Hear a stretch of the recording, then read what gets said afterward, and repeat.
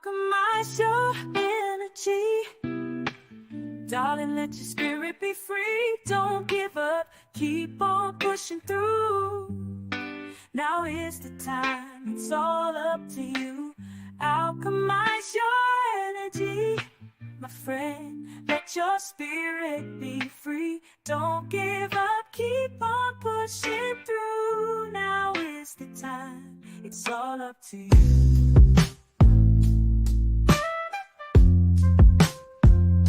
No matter the storm, but over tragedy. No matter the storm, but over tragedy.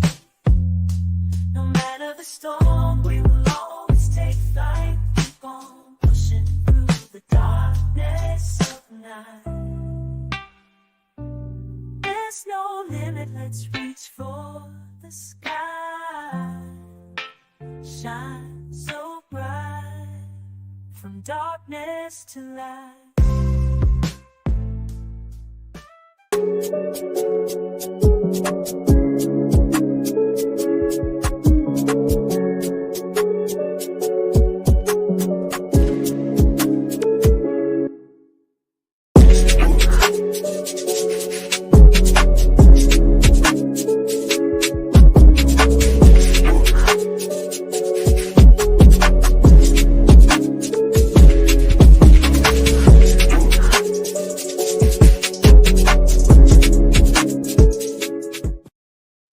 All right, welcome everybody. Welcome. We have our special guest here.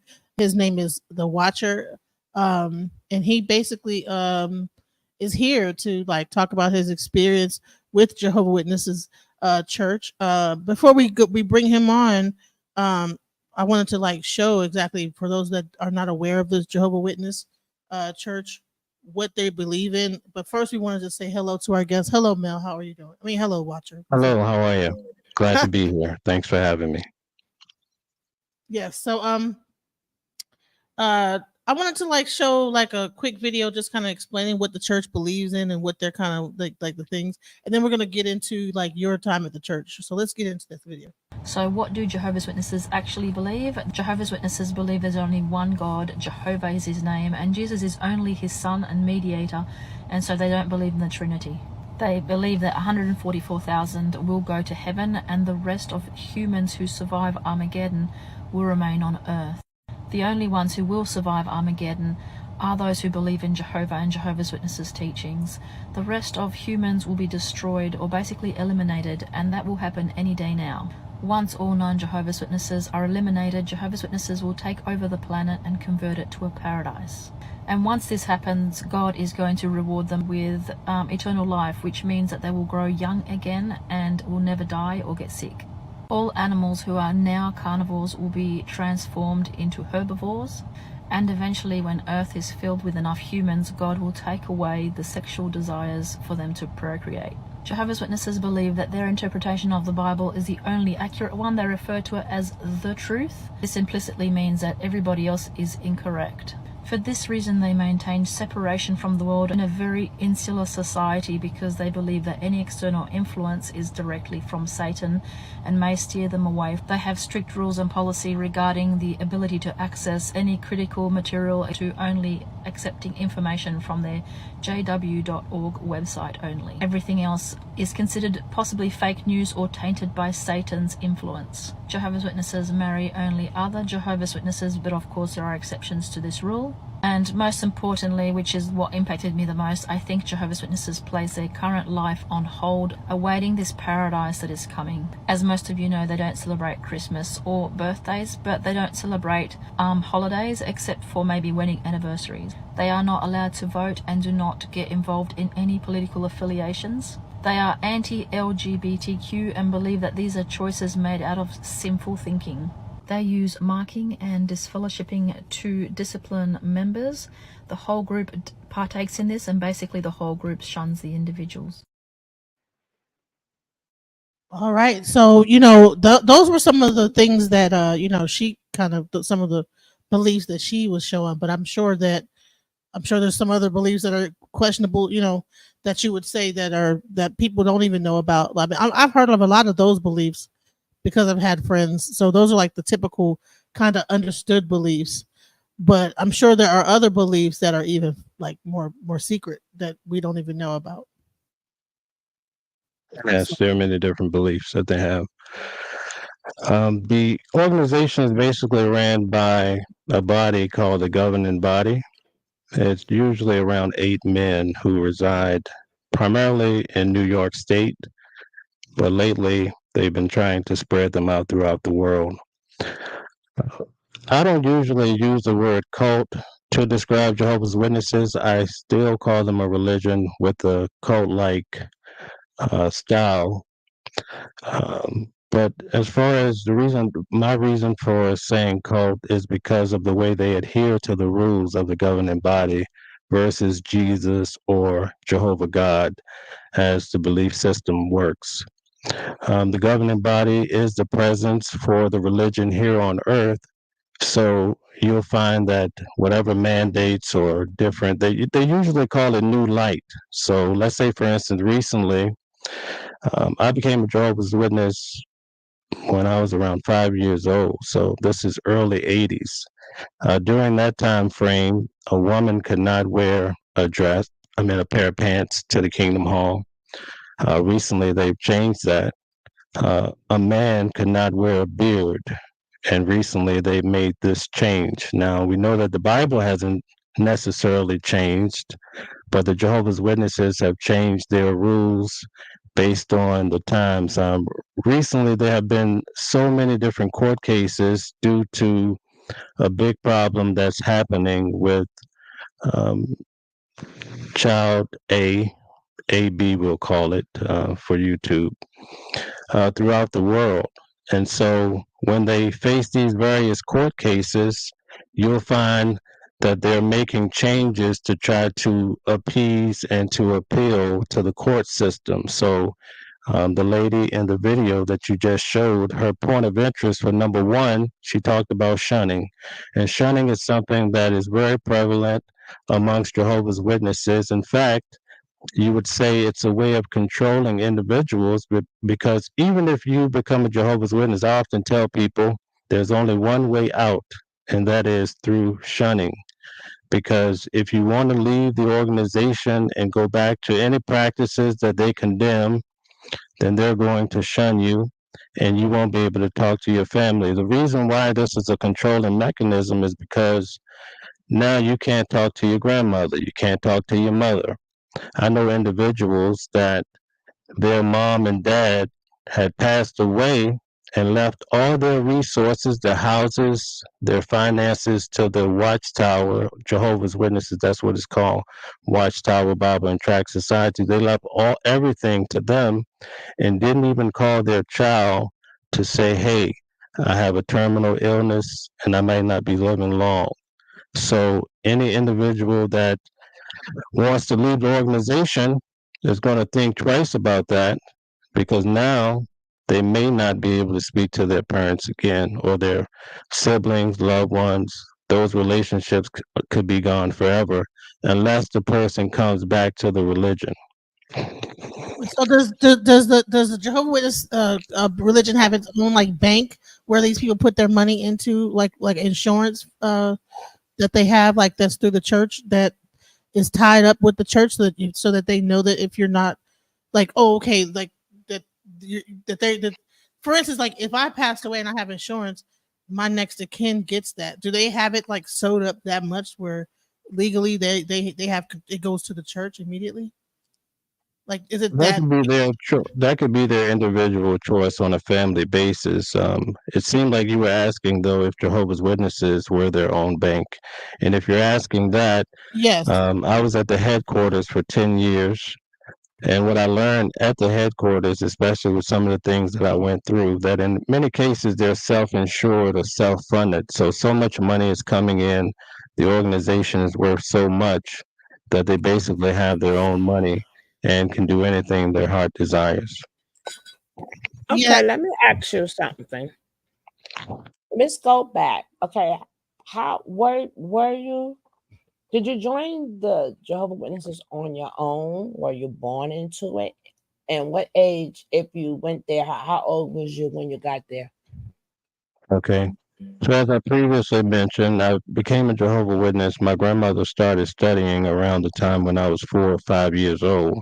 So basically, from my earliest memories, I was studying the Bible with Jehovah's Witnesses, and I remained a Jehovah's Witness for the bigger part of my life.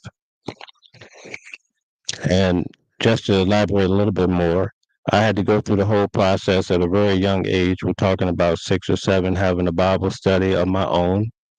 I was baptized around 12 years old. There was a brother in the congregation that went over the questions with me, and that made a determination through the answers because everything is through a guided cookie cutter format. And so, whatever books we were studying at the time, you had to study those books, answer the questions, and then when you showed interest in becoming baptized, an elder or two would sit down with you and go over your questions for baptism. And in my case, there was a brother who went over my questions. His name is Brother Walker. And right now he's in prison in Richmond, Virginia, because of the same issue that I've been advocating against, which is child's CB. Okay. Mhm. So I think he got 30 years in prison. He was 60 years old. So that just goes to show on a smaller scale how there's just so much with the religion. But just sticking to the point of how I developed as a Jehovah's Witness, I studied, got baptized at 12, and then I continued to serve, going to the meetings. We would go out in field service, knocking on doors, all the things that you typically see Jehovah's Witnesses do. Nowadays, you see them at carts. We weren't doing that at the time. We basically knocking on doors, giving talks. And then as I went on to graduate from high school and so forth, I started to pioneer. And at the age of 21, I was asked to come and serve at the headquarters, which I resided in Walk Hill, New York. Okay, let me just ask one more question. Is it a point in time where you only could read like their materials and nothing from the outside of the world, like only their books, their articles, their teachings, and were y'all allowed to read anything outside of it? Like, how did that process go? Referring to is before the internet became popular. So really the only books that we were allowed to read was the Watchtower, studying the Watchtower, any publication. So anytime you wanted to study the Bible, you would always have to refer to the publications that the Jehovah's Witnesses had developed so that you could get a proper understanding of the Bible. So you could not go out.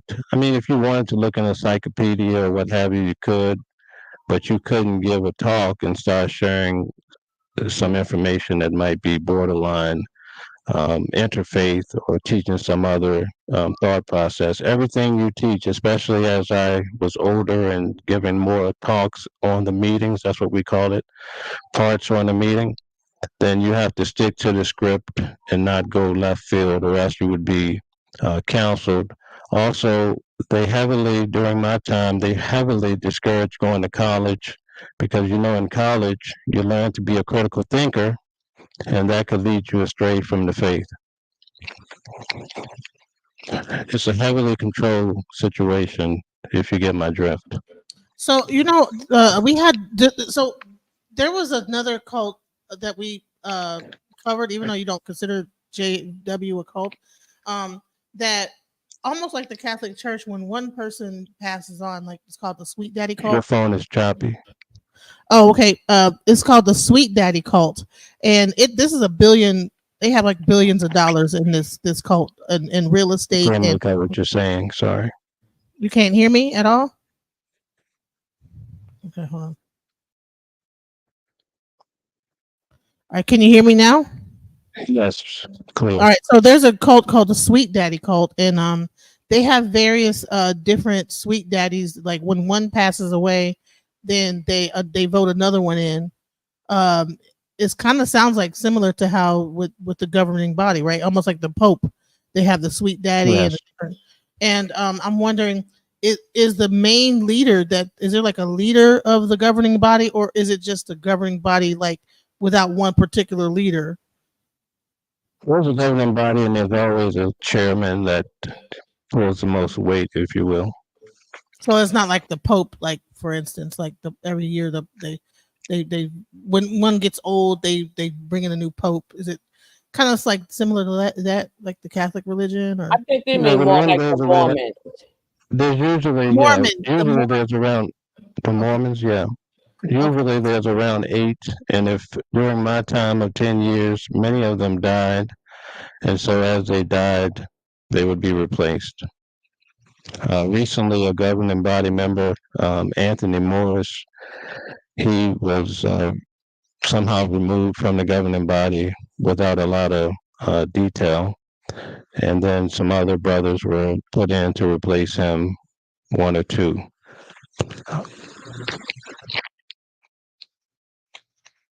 So okay, so I was just trying to get an idea if there was like a main person that like determines the new laws and new rules. So this is like a corporation, really. Is it structured more like a corporation? It's structured like a corporation, but there's different departments. So you have the 8 brothers, and each of those brothers have their own typical department. So like one governing body member would be over the teaching committee. So they deal with a lot of the doctrines, and then another governing body member might be over the writing department. And so they all collectively meet every Wednesday to discuss the organization and the direction, and if there's new light, and making new policies. So now, like during my time, most of the average governing body member was around 77 years old. And quite frankly, I used to get up every morning at 7 o'clock to go to what we call morning worship. I did that for 10 years. So I had to be there at 7. We'd have a 15-minute spiritual lesson or worship, and then we would have breakfast. It would be roughly 10 of us at the table. We would have a table head, and I'd say there were about 250 tables at least where I met at. And at that time, there were 3 different locations. So down in Brooklyn, where I served sometime, I was primarily at Walk Hill. And then you also had over the Educational Center over in Patterson. So during that time, a lot of the guys were so old and stuck in their ways, so they kept a lot of the policies that were old fashioned. But now that most of these men who during that time they taught that these men would be alive probably because the end of the world was coming, and these men would just go right into heaven to be Christ's brother. Well, these men died. So now you have the newer, younger brothers who are becoming governing body members, and they're starting to, um, you know, lack some of the rules and regulations of the organization. Now, I remember at one point in time, I don't know if it's still like that or was it ever like that, but it was spoken as it was racism. Did you ever feel a little racism while in the church? Because they said for certain positions, Black people cannot get certain positions. So how did you feel about that? Yes. So I'll give you an experience of what happened to me. I've never shared this before. So when I first came to the headquarters, which we call Bethel, so in turn I would be called a Bethelite. I was a new Bethelite. My grandmother was dying when I came to New York. In fact, she died 2 months after I had arrived. I came in August and she died in November, so a couple months. So when I came, there was a couple of Black guys in my congregation where I was put to serve, and Wait, I'm brothers were sorry. telling I'm me, sorry. Everybody say your mic is a little bit muffled. Kind of maybe if you step a little back from it, there you go. Maybe it won't be not enough talk. Say something. Okay, can you hear me? Better. Yeah, you were too close. That's all. Yep. Okay, I'm sorry. Okay. So I'll go back. I'll retract this a little bit. So when I came out to serve at the headquarters, my grandmother was dying with cancer, but it was her will for me to come and also I wanted to come because at this time I was believing in everything as well. She had cancer it was a very, very tough time. When I came to my congregation, we had a brother who was very old school, white brother, and there was a couple of black guys in my congregation, black brothers, and one in particular had told me, he was like, "Man, this congregation is very racist, and you have to look out for this brother, you have to look out for that brother." And then, as I began to serve, there were other brothers who had been there like 20, 30 years, older black brothers, and they were saying, "Listen, you have to keep your ears to the floor, nose to the floor. You got to watch your back and be careful and don't do this, don't do that." So I called my grandmother as she was passing. I'm like, "Grandma, this place is racist." And she was like, "What?" And I could tell she believed me. And I also shared it with another family member of mine. And I'm like, "Listen, some of the brothers here are telling me that these guys are racist." And that particular family member was like, "Oh, stay away from those guys. They're just whatever." Well, throughout my years, I learned that that was really true, what I was being told when I first came in. In fact, I was very thankful, and I learned to survive under those circumstances. In fact, during my final years at the headquarters, they had a big layoff, and I think I was there throughout 3 of those layoffs. And one of the big talks that they had happened during February. And so the black brothers were saying, a joke was going around, it's Black History Month. And if you're black, you're history. So that gives you an idea that it was a common um, philosophy that was known Wow. amongst brothers, but you couldn't dare talk about it. So did you get Wow. paid to work at the headquarters, or was it you expected to be a labor of love? Okay, so just like with any other religion, everything you do is basically for God. And especially being a child at the age of 4 or 5, growing up, you're really brainwashed. Basically, it's all you know, because the person that's feeding you and taking care of you every day, your parents, they're the ones who are leading you in this direction. So you trust the process, right? So when I went there, I totally thought that this was for God. I didn't realize, I didn't even know the history of the organization. So they gave us a $90 stipend. So you would receive $90 every month. And then if you had a car, which when I came in, I did have a car, my auto insurance was $30 a month. And also had to pay, I believe it was $65 a year just to have an air conditioning. And then they had what we call, and they also call it in prison and other places, the commissary. So they would have a markup on the items in the commissary. So basically, we're all coming from different parts of the world, and they have these meals that are Mediterranean, and you're eating all these salads, and sometimes, boiled eggs with whole wheat grain cereal. So then you tend to go to the commissary. Well, now you're buying Hot Pockets, right? And the Hot Pockets that you probably buy, let's say in Walmart, you might pay $2 or $3. They're charging a little markup on that. And so you get a number. And so you swipe your identity card, which I still have mine. And when you swipe your card, it gets added to your bill just like a credit card. So your $90 that you would receive each month, that little stipend they call it, it would add up very quick. So when I first came in, just to give you a little background on the stipend, the first thing you do, you get called to what they call is Bethel office, and I would have to sit down and sign a vow of poverty. That vow of poverty basically gives them the right to control my body when I die. It also tells me that any money that I made during the time of the process of being a Bethelite, which I would have to hand over that money to Watchtower, also known as Jehovah Witnesses. So $90 a month. Now, how was like the like if you wanted to date somebody, was it like arranged, or you could pick who you want, long as they're in the Jehovah Witness? How did that go? Yes, you could only marry in the Lord, and you could only date if marriage was in view. So, in other words, if you wanted to date at 16 or 17, you can't, because obviously a person doesn't typically get married until after they're 18, 19 years old. So it was very strict as far as dating, and just playing the sisters along. That's what they would counsel the brothers for, just leading the sisters on if you know you're not going to marry them.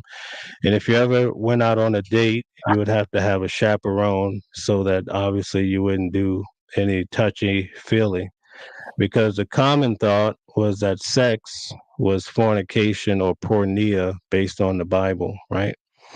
But they changed that along the way, because we would have these parties that we would go to, and sometimes the young brothers and sisters would be listening to music, which also the music, they discouraged listening to rap and all that. But if you were grinding on the girls while dancing, they made it so that could be pornea too, depending on if you were stimulated, how long you did it, and if you, so forth and so on. Now, far as the duties, right? Because you have the ones that, you will know because you from Brooklyn. Well, you from New York. You'll have the ones that's sitting outside, the older ladies sitting outside, and then you have the ones that goes into the buildings. Like, how did the work schedule go? Because some people said, you could never get a day off. It was like something you always had to do for service. Okay. So are you speaking about regular Jehovah Witnesses serving in the congregation, or a person that would be a Bethelite such as myself at the time? Okay, what is a Bethelite versus a regular? Right, I was getting ready to say that. What? This sounds Okay. more deeper than I ever imagined. I didn't know there were separate groups. And I explained it earlier, but I know it's very complex. yeah, When wow. you go and serve at the headquarters, they call that Bethel, based on the Bible place in the Bible called Bethel, right? In Genesis. So as you're at Bethel, they call you a Bethelite, which is very common. If you live in Brooklyn, some people call you a Brooklynite, right? So the same concept. So now you're serving under the direction of the headquarters. I'm at the location where they're making the Bibles and raising the animals and producing the food and creating the videos. Whereas a person that's serving in the congregation, like the sisters that you're talking about, maybe on the street, right, then they're living in their own home. They're managing, some of them could be nurses doing home care. Some of them might go out and field service for 2 hours a month. Some of them might go out for be pioneers and get 60 hours a month. So it's a big variation to each person. But that was part of that was. Did you have to do it, or that you made a choice to do it? Okay, so let's talk about the two different ways. At the headquarters, serving as a Bethelite, throughout my 10 years, I served in different areas, right? So at one point, I was a barber, to the cleaning department, to security, to office, to being an overseer, all these different facets throughout my career. I'm expected to be at work from 8 to 5 every day, and you get an hour lunch break. Morning worship at that time started at 7. So basically my spiritual day started at 7 along with breakfast. I would work all the way until 5. After 5, it's my free time if I don't have a meeting night. But usually I have parts on the meeting or have to go out and field service. If it's your first year, you're expected to read the entire Bible in the first year. So you're busy reading the Bible. So typically after 5, you're on your own to the next morning at 7 a.m. On Saturdays, you typically work from 8 to 12, and then you're free to do whatever. A lot of people go hang out. They love to do the Spanish parties and maybe go down to the city if you weren't in Brooklyn. A lot of us that were in Walk Hill would go to the city. And then on Sunday, you go to your meetings and field service. Some Bethelites would also pioneer. So pioneers are regular it's a status where you can get 60 hours a month to show your love and devotion to God, to go out and preach and knocking on people's doors for that allotted time every month. So you have the duality of being a Bethelite and a pioneer some months. I even did that some months when I was really gung-ho for it.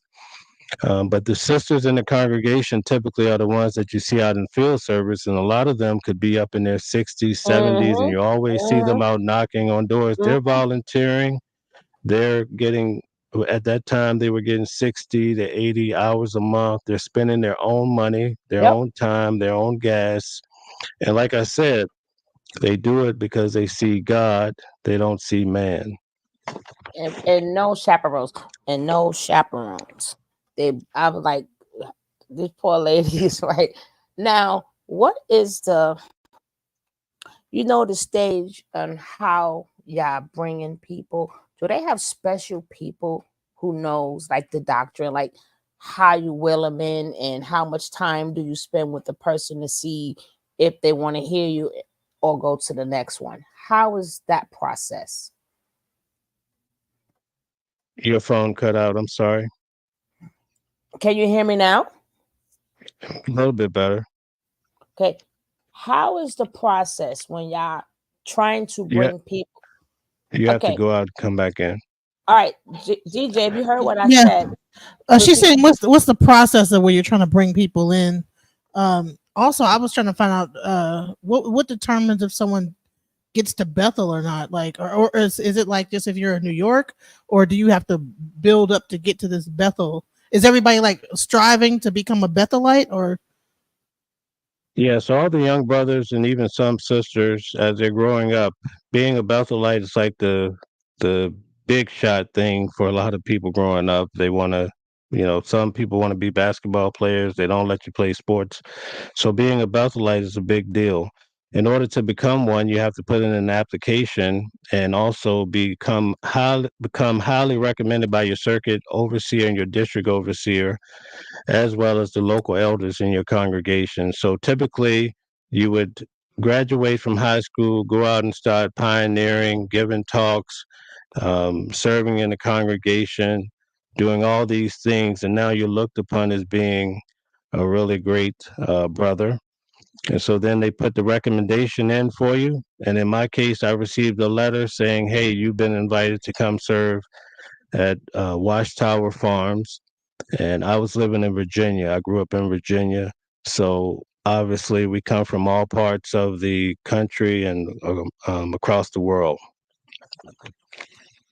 So were you an older person? Like, do they like make kids go there too, leave their families and go to the Bethel, or is it only a certain age group that goes to Bethel? Like once you reach the college level, You have to be 19 to come in. So once I was 19, I was invited on my first application. I did not apply until I was 20 years old. that's kind of overseer sounds crazy. It sounds like a slave. I feel I'm hearing KRS right. Overseer. Like, I'm sorry. No, I'm saying when y'all are scouting for new people, what is the process? Do y'all have like a something prepared to say to people, and you would know, okay, I got this person. I don't have that person. Let me move on. Like, is it a certain time limit? Like, what is the procedure to bring people in? Is it a certain document? Yeah, a script that y'all read? Do y'all have a script? So let me give you an idea. They had what you call the Theocratic Ministry School. So that was basically instituted for everybody to become very good at preaching, because preaching is what grew the organization. The organization is on a decline now because of a lot of reasons, but during that particular time, you would participate in your Theocratic Ministry School and you would give talks. So I would do a Bible reading starting off, or let's say a person in their 20s, fresh off the street, someone found them, started preaching to them. They started doing a Bible study. They would start doing a Bible reading, and then you would graduate up to giving bigger parts on the meetings. The sisters would sit down, two sisters on stage at the Kingdom Hall on Thursday night, and they would do a part for 5 minutes where they're basically giving you an idea of how to preach to people in the ministry. They would have it would all be an outline that's put before them. They put together their own talk and they practice and then they perform it at the meeting. So that would get you ready to go out and field service anytime, especially on Saturdays or Sundays. That's the bigger days that Jehovah's Witnesses are out preaching, unless the people during the week tend to be pioneers, at least at that time. Then we had the theocratic ministry school to the point where they give you different outlines and give you different subject matter and teach you what publication we're going to put out this week, and this is what you can say. And then someone would give a demonstration of how to approach people out on the street. And so typically we would have car groups with 4 people, and we'd meet for field service, and usually there's a brother there that would preside over the field service arrangement. And to prepare everyone for that field service event, they would go over the day's text, which is one scripture with a paragraph or 2 regarding that scripture. And then we would assign car groups, typically 4 people going out in field service, and we would pair up 2 people to go knock on the doors and approach people in different settings, which now they do carts, which are a little bit different. Now, what are the keywords that people would say, like, to make you go, okay, goodbye? Like, how much time is spent there? Like sometimes somebody said the word like Jesus or something like that. You would know, okay, I don't have this person. Move on to the next one. Like, how much time do y'all have spent? I'm having trouble hearing you. I'm sorry. Repeat it, DJ.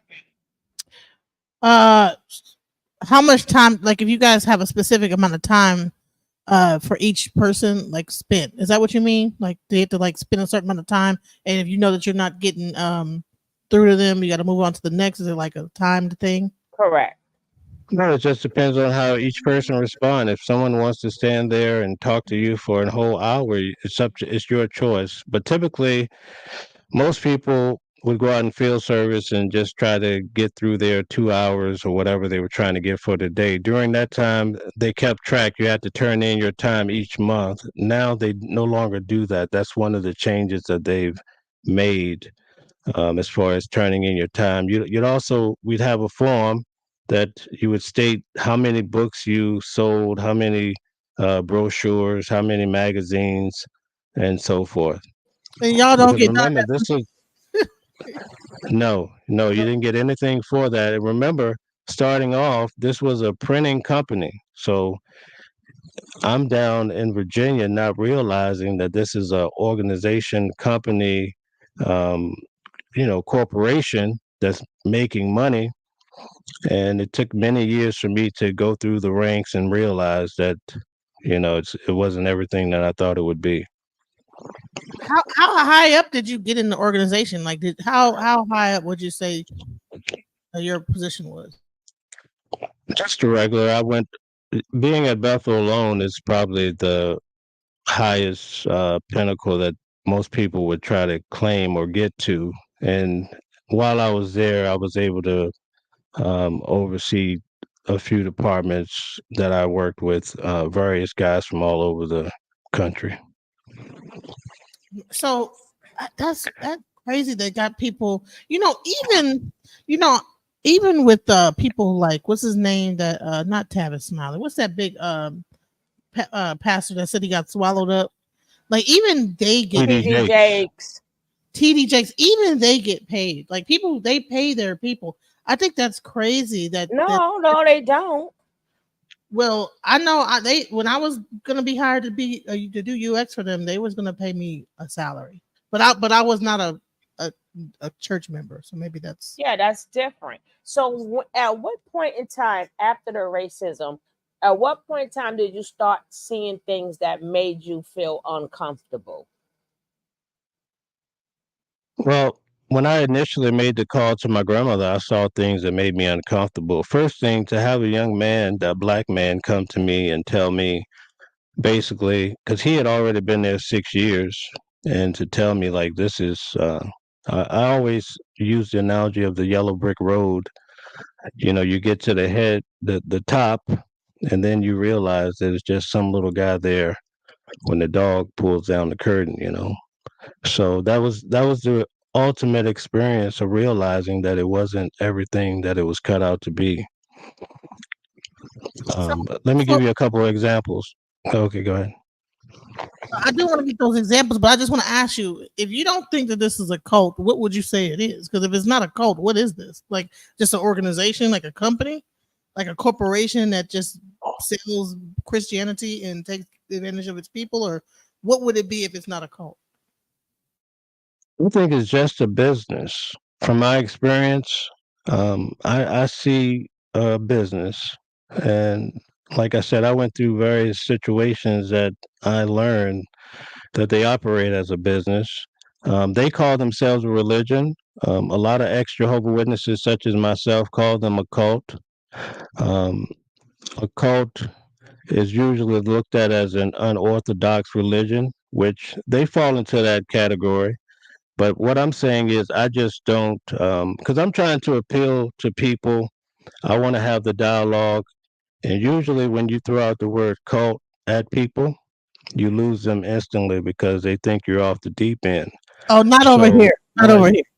Not over here. okay, but this video might be seen by many someday, and I want people who are struggling to Exactly. leave Right. to leave. I want them to take me seriously and see that I'm not just some guy here trying to spew evil about Jehovah's Witnesses. In fact, I think Jehovah's Witnesses, the majority of the people, are good people trying to serve God.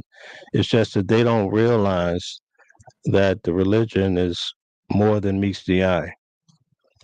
Oh, all right. Can you get back into the uncomfortable when you started the more examples of how you was feeling when you started to feel uncomfortable, when you started to like wanting to get up out of there?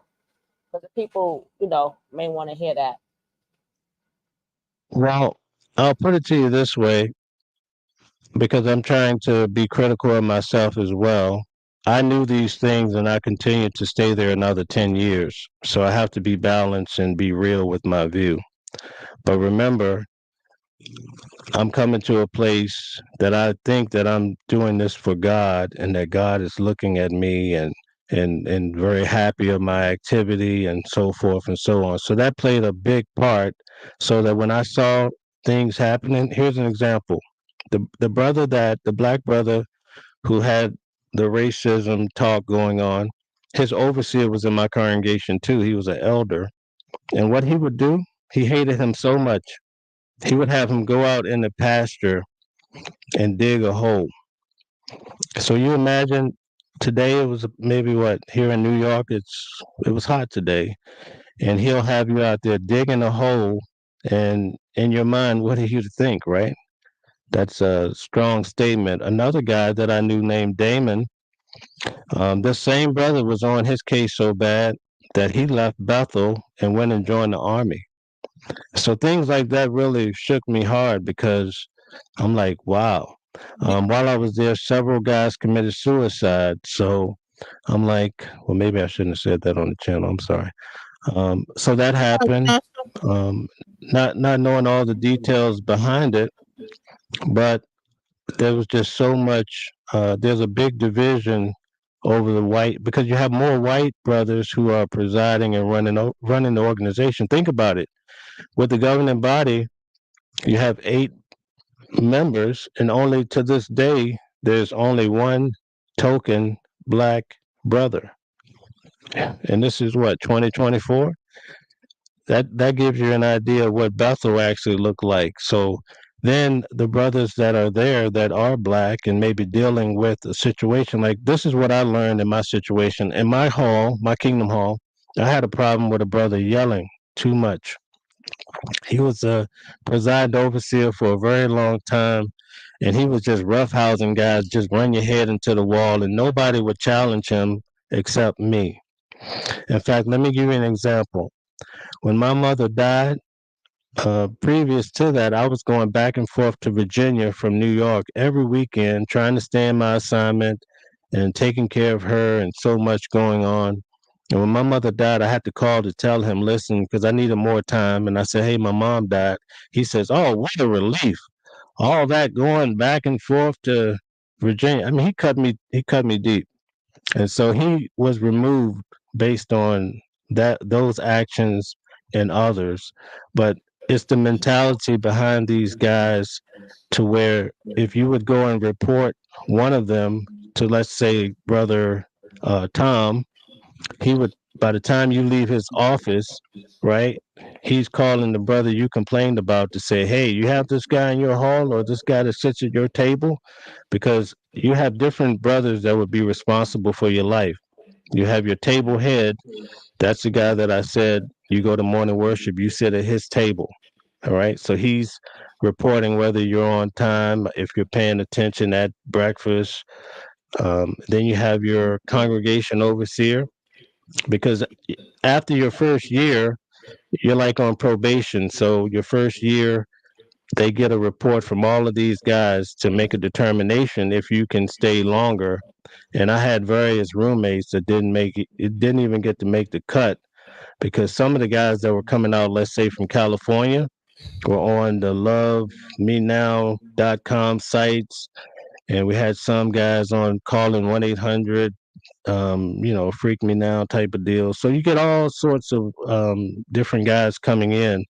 But the masses of Jehovah's Witnesses would never even believe that this would happen at the what they would call the house of God, Bethel.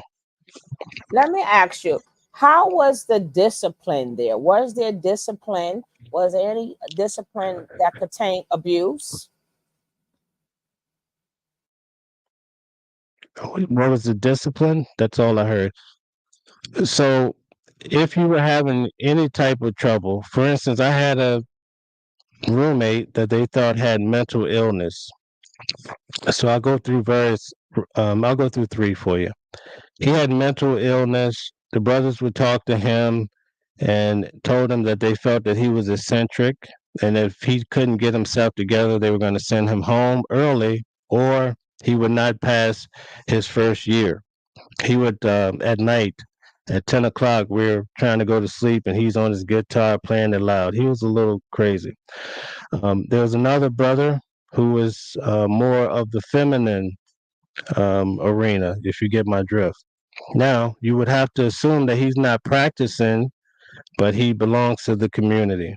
But what he would do, he would wear a sweater around his waist, like a woman would typically say. That's probably not good to say at this time. You can't say this stuff, but that's what he would do. And so the brothers told him that he would have to stop doing that because he was not manly enough, and they sent him home right away because he was from California and he just had a whole different way of life. Wait, so Um, he got another, he got excommunicated because he had a shirt around his because he was looking too feminine with well, his he shirt. had the curly, yeah, he had the whole feminine metrosexual thing Well, going on. So So was there any GAY appearance, he had the mhm, GAY appearance. the So happy? they Was talked to there him once, and then the next not week they had funny? him out of there. So was there I had any corporal punishment what's that you that? have heard? Was there any corporal punishment that you ever heard of? I didn't copy that. Sorry. Any corporal punishment, abuse of I others? can't hear you.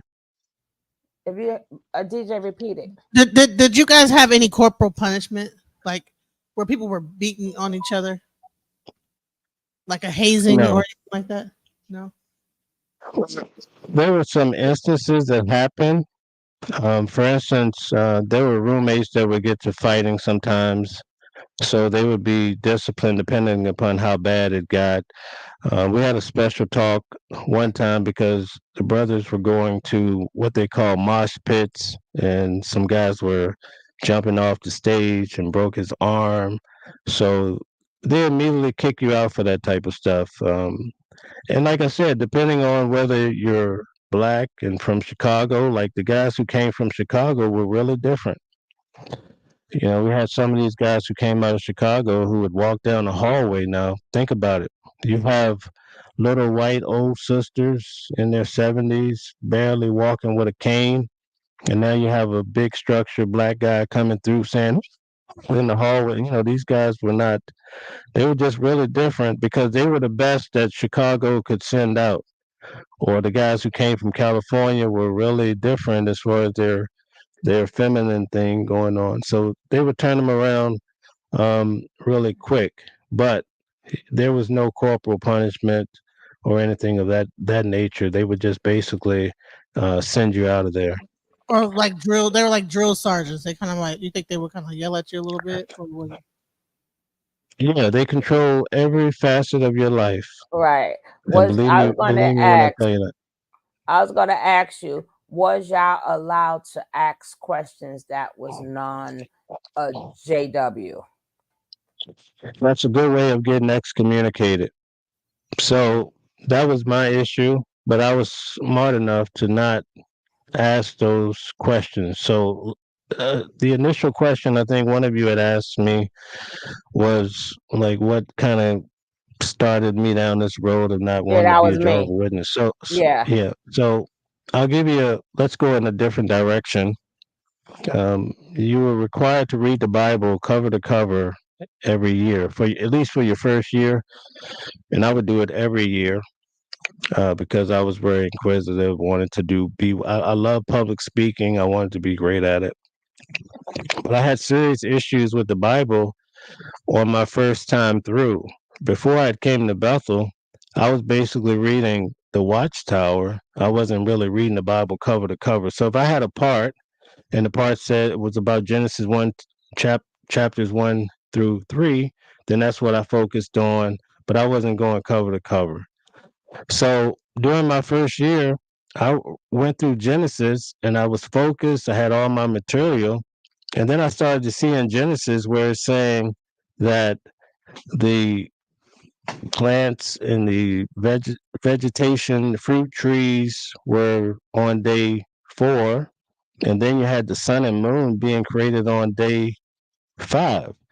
So with photosynthesis, I'm like, well, how do you have fruit trees being developed before the sun and the moon was even created? So I started to see where Abraham lied about his wife, and then I looked at about his wife being his sister. I looked it up, and I'm having to give a talk about it.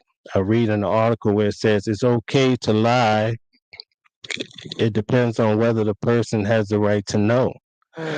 So there were so many different things. Then I got into Noah's Ark, and I started doing research. And could this have really happened? So I started to take issues with the Bible itself, but I easily rationalized my way through it. Back up. You said that you read that where it's okay to lie, it just doesn't. It matters if a person has a right to know. What? Yeah. That's in their publications. So I read that. I think in the Insight book, and I said, "What? So you can lie?" And so then there was another article that I read. This is now after I've been there 7 or 8 years. I was working on a part because a brother that I knew in my congregation, he had this sister that he knew really well that lived in Brooklyn, and she worked at the courthouse. And she told me on a Saturday night, I'll never forget. She says, "Hey, do you know these two guys?" I says, "Yeah, I see them conducting morning worship." She says, "They bribe the judges." I says, "What?" She says, "Yeah, they bribe the judges all the time." And then they came out with an article about bribery.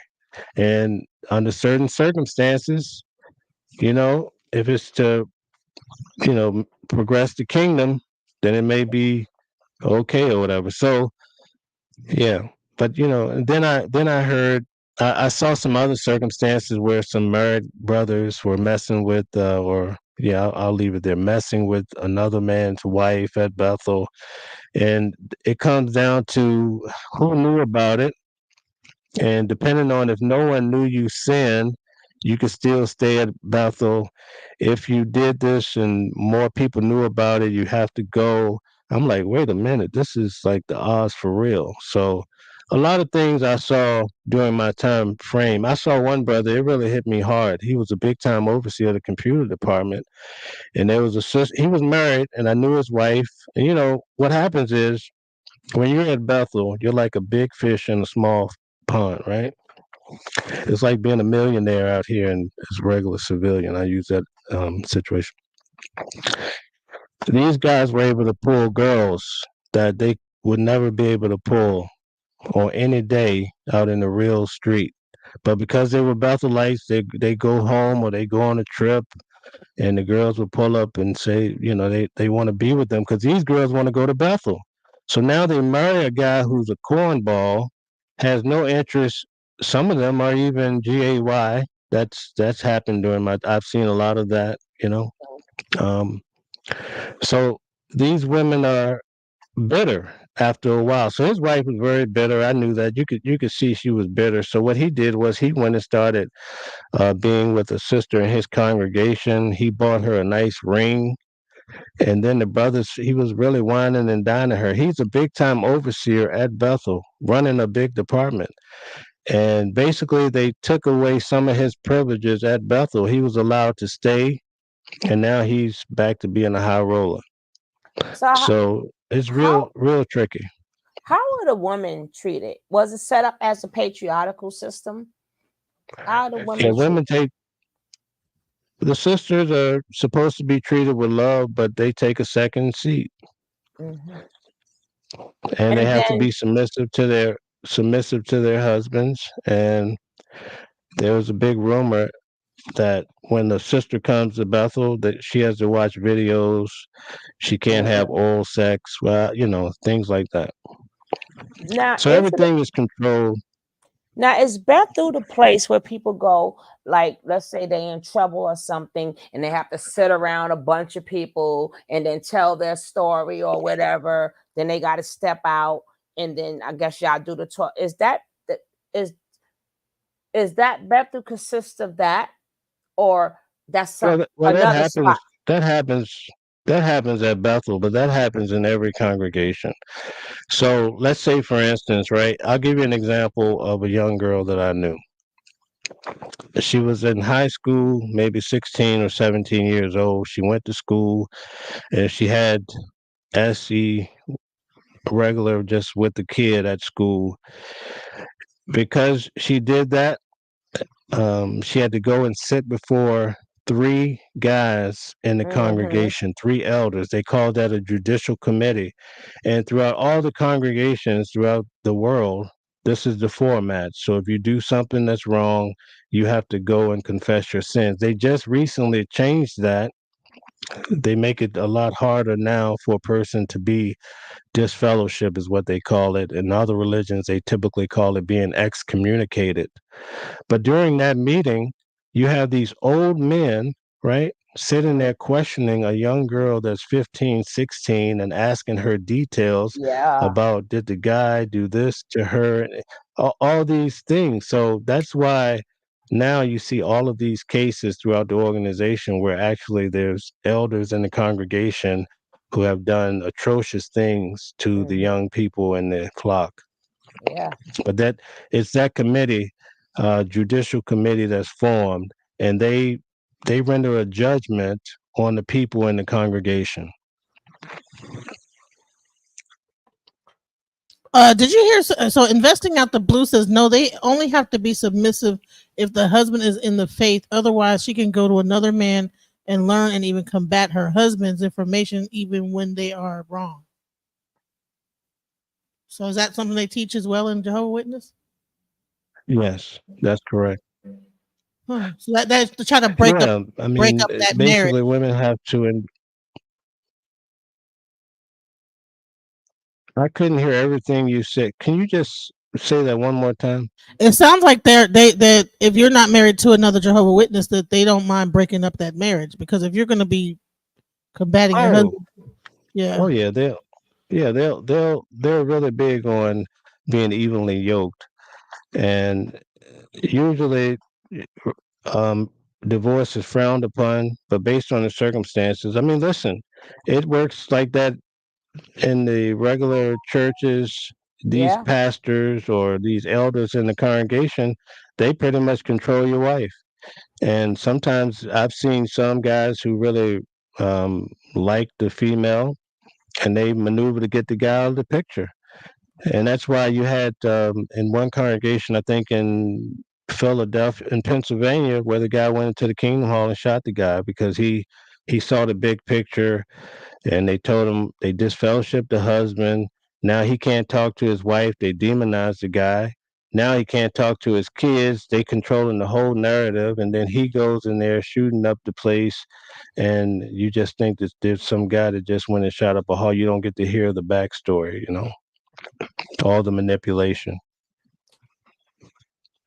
Now, I would like to get into the shunning, right? Because I think on that behalf, that's why people may well call you guys a cult, because that's one of the techniques that they use. Like so let's get into the shunning, and how can people just cut somebody off and just walk right by them. And so can you get into that a little bit? Okay. Just state your question one more time as you faded out a little bit. Can you get into the shunning part? And how could somebody just disown you just like that, and with no feelings or emotions? Okay. I got you. All right.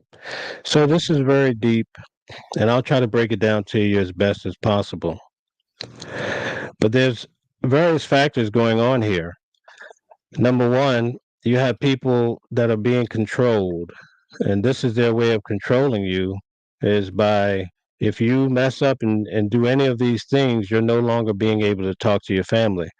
But on the flip side of that, you have your family members or regular Jehovah Witnesses, they're being basically brainwashed. They take an idea, they swallow it whole, and then they're willing to die for it. And a lot of times, people who have all these beliefs, they know very little about the core beliefs of the Jehovah's Witnesses, right? Like for me, one of the things that really shook me is that I was in field service, and a professor at the college said, "Hey, did you know that the guy who started this religion, he was a Seventh-day Adventist and a what do you call a Mason?" So all these things hit me like a ton of bricks. I had no idea. So my typical family, right? They have no idea about the organization on a whole, and that when you read the publication says, "Oh, Jesus started this organization, and then it progressed here and here in the early fathers," right? Okay, so your family is thinking on that line, and they're building up this faith in God, and they believe, just like I used to, that Jehovah sits at the top and Jesus, and they're watching over your life, they're blessing you, and all of that. So when your family member um, sin, they're sinning against God. That's what they're teaching them. Oh, they're sinning. They don't love Jehovah. So if they don't love Jehovah, you can't love them. And they're not going to come back to Jehovah if you still talking to them. So your family, um, they're doing this to you, and they see it as being an act of their service to God. And let me tell you something. There's every time I drove across the bridge here in Poughkeepsie, New York today, and about in 2015, a young man, 17 years old, he was disfellowshipped on a Thursday night. I think they said he was metrosexual. I'll just leave it at metrosexual, that whatever. His father was really adamant about the whole thing, and he got what he deserved, perhaps. But the mother was heartbroken. He went on that bridge, and that was the last of him. And every time I drive across that bridge, I think about the pain that the young man must have experienced here. It's actually in the newspaper. It was in the newspaper. All because his family was going to shun him, and the whole congregation. Now think about it. When you're growing up, as he did, all you know is the people in the congregation. You can't go out hanging out with the neighbors. They don't let you play basketball at the schools, developing friends. You can't date the girls in school. You can't go stay over at Tommy house and play video games. He doesn't love Jehovah. He's worldly. So now all these people that you develop your whole life around, your friends, they can't talk to you anymore. And so, see, now recently they've changed that policy because they got tired of going to court and having to defend themselves and explain why these harsh treatments are in effect. And that's where you get the whole cult. You get that Uh-huh. unorthodox way of ruling. You follow? Now, somebody A lot of asked something people have. about. Uh, Go ahead, sir. No, I'm saying a lot of people have unalived themselves. And listen, I'm an administrator in a big XJW group, and it's very heartbreaking. Most of the people are just trying to survive and going through Mm, PTSD from that religion, and they mhm, never get over it. mm, And it's mm. it's it's so heartbreaking. Yeah. A question I had is alcoholism seems to be something I've heard a lot that is prevalent in this organization. Can you speak to that? Do you think that there's a problem with alcoholism, or did you see that when you were there? When I first came to Bethel, I worked in the cleaning department, so I would do the trash routes, and we would pick up trash. That was a part of the training. And so the way it works is we have this thing called seniority. So if a guy had 40 years at Bethel, he probably had another 5 of pioneering before he came. So he has 45 years. So that's how you get to stay in a nicer building. So now, whereas when I came in, I had it was 3 of us in a room. And in the building, there's probably 1,000 rooms with a community bathroom on each floor, maybe 2 community bathrooms on each floor. So basically, we're just being herded like cattle, right? But if you had a lot of seniority, then you could have a nice room, 2 bedrooms with a bathroom in your room. So all of the people who had been there a long time had a lot of seniority. They would have those buildings. And in those buildings, when we would do the trash run on Monday morning, there would be so much alcohol that you would think that a herd of cattle drunk it all. It was just that much alcohol. So if you, on my channel, Watching the World, I did a video, and it may have had some effect with the organization, I'm not sure. But the governing body member that was recently resigned, he's on one of my videos. We show him in a local over here in, I believe, Warwick, New York. He's at the liquor store buying so much alcohol. It's on video, and he's one of the top dogs in that religion. So that created a big spark online in the XJW community, showing that alcoholism and buying. Why do you need all this alcohol for? So, and that's actually the guy who left. Now, And one so thing with the young guy, go ahead. with the elderly people, right? Now, because I don't know if it's still the same way, but let's say somebody needed blood or something, y'all were not allowed to get blood from anybody. Like, how did that process go when people were sick and they really needed help, but y'all were not allowed to do certain things? Right. In the Bible, it says to abstain from blood. They use this scripture, abstain from blood. So it's very complex to where you cannot have a blood transfusion. In fact, all Jehovah Witnesses who are baptized would have a healthcare proxy and carry a no blood card. So in the event of an accident, you could present, or they could find your card and know that you would not take blood.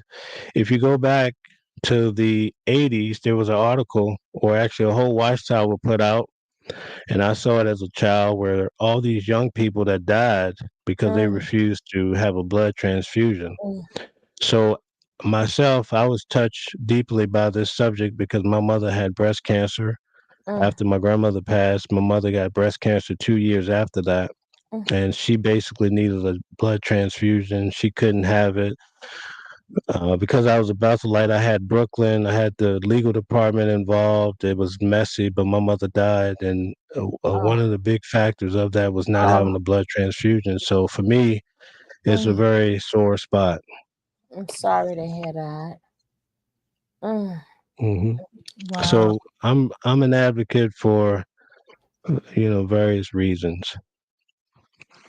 So with all that, so with all these rules, with all that alcoholism going on, um, like how did they stop a lot of like? I mean, there had to been because drinking kind of begets some types of behavior. You understand? Like, if you get too drunk, you might start doing things that would get you shunned. So, was there like a group of people that would like kind of hide things so that people didn't find out to get shunned, or like how was they able to get that drunk and not do stuff that get you shunned? For the most part, what I learned being at the headquarters is that a lot of people have dark secrets and they have a lot of things that they're hiding. And so typically the people would be disfellowshipped because they were caught. And then if you're caught and you're not confessing your sin, then you're looked at being a hardcore sinner. And the brothers are less, that committee that we had previously discussed, they're less lenient to want to maybe instead of just fellowshipping you, to give you some sort of light reproving. So, what I saw, one day we had 12 guys that were kicked out and read off, all were disfellowship in one day.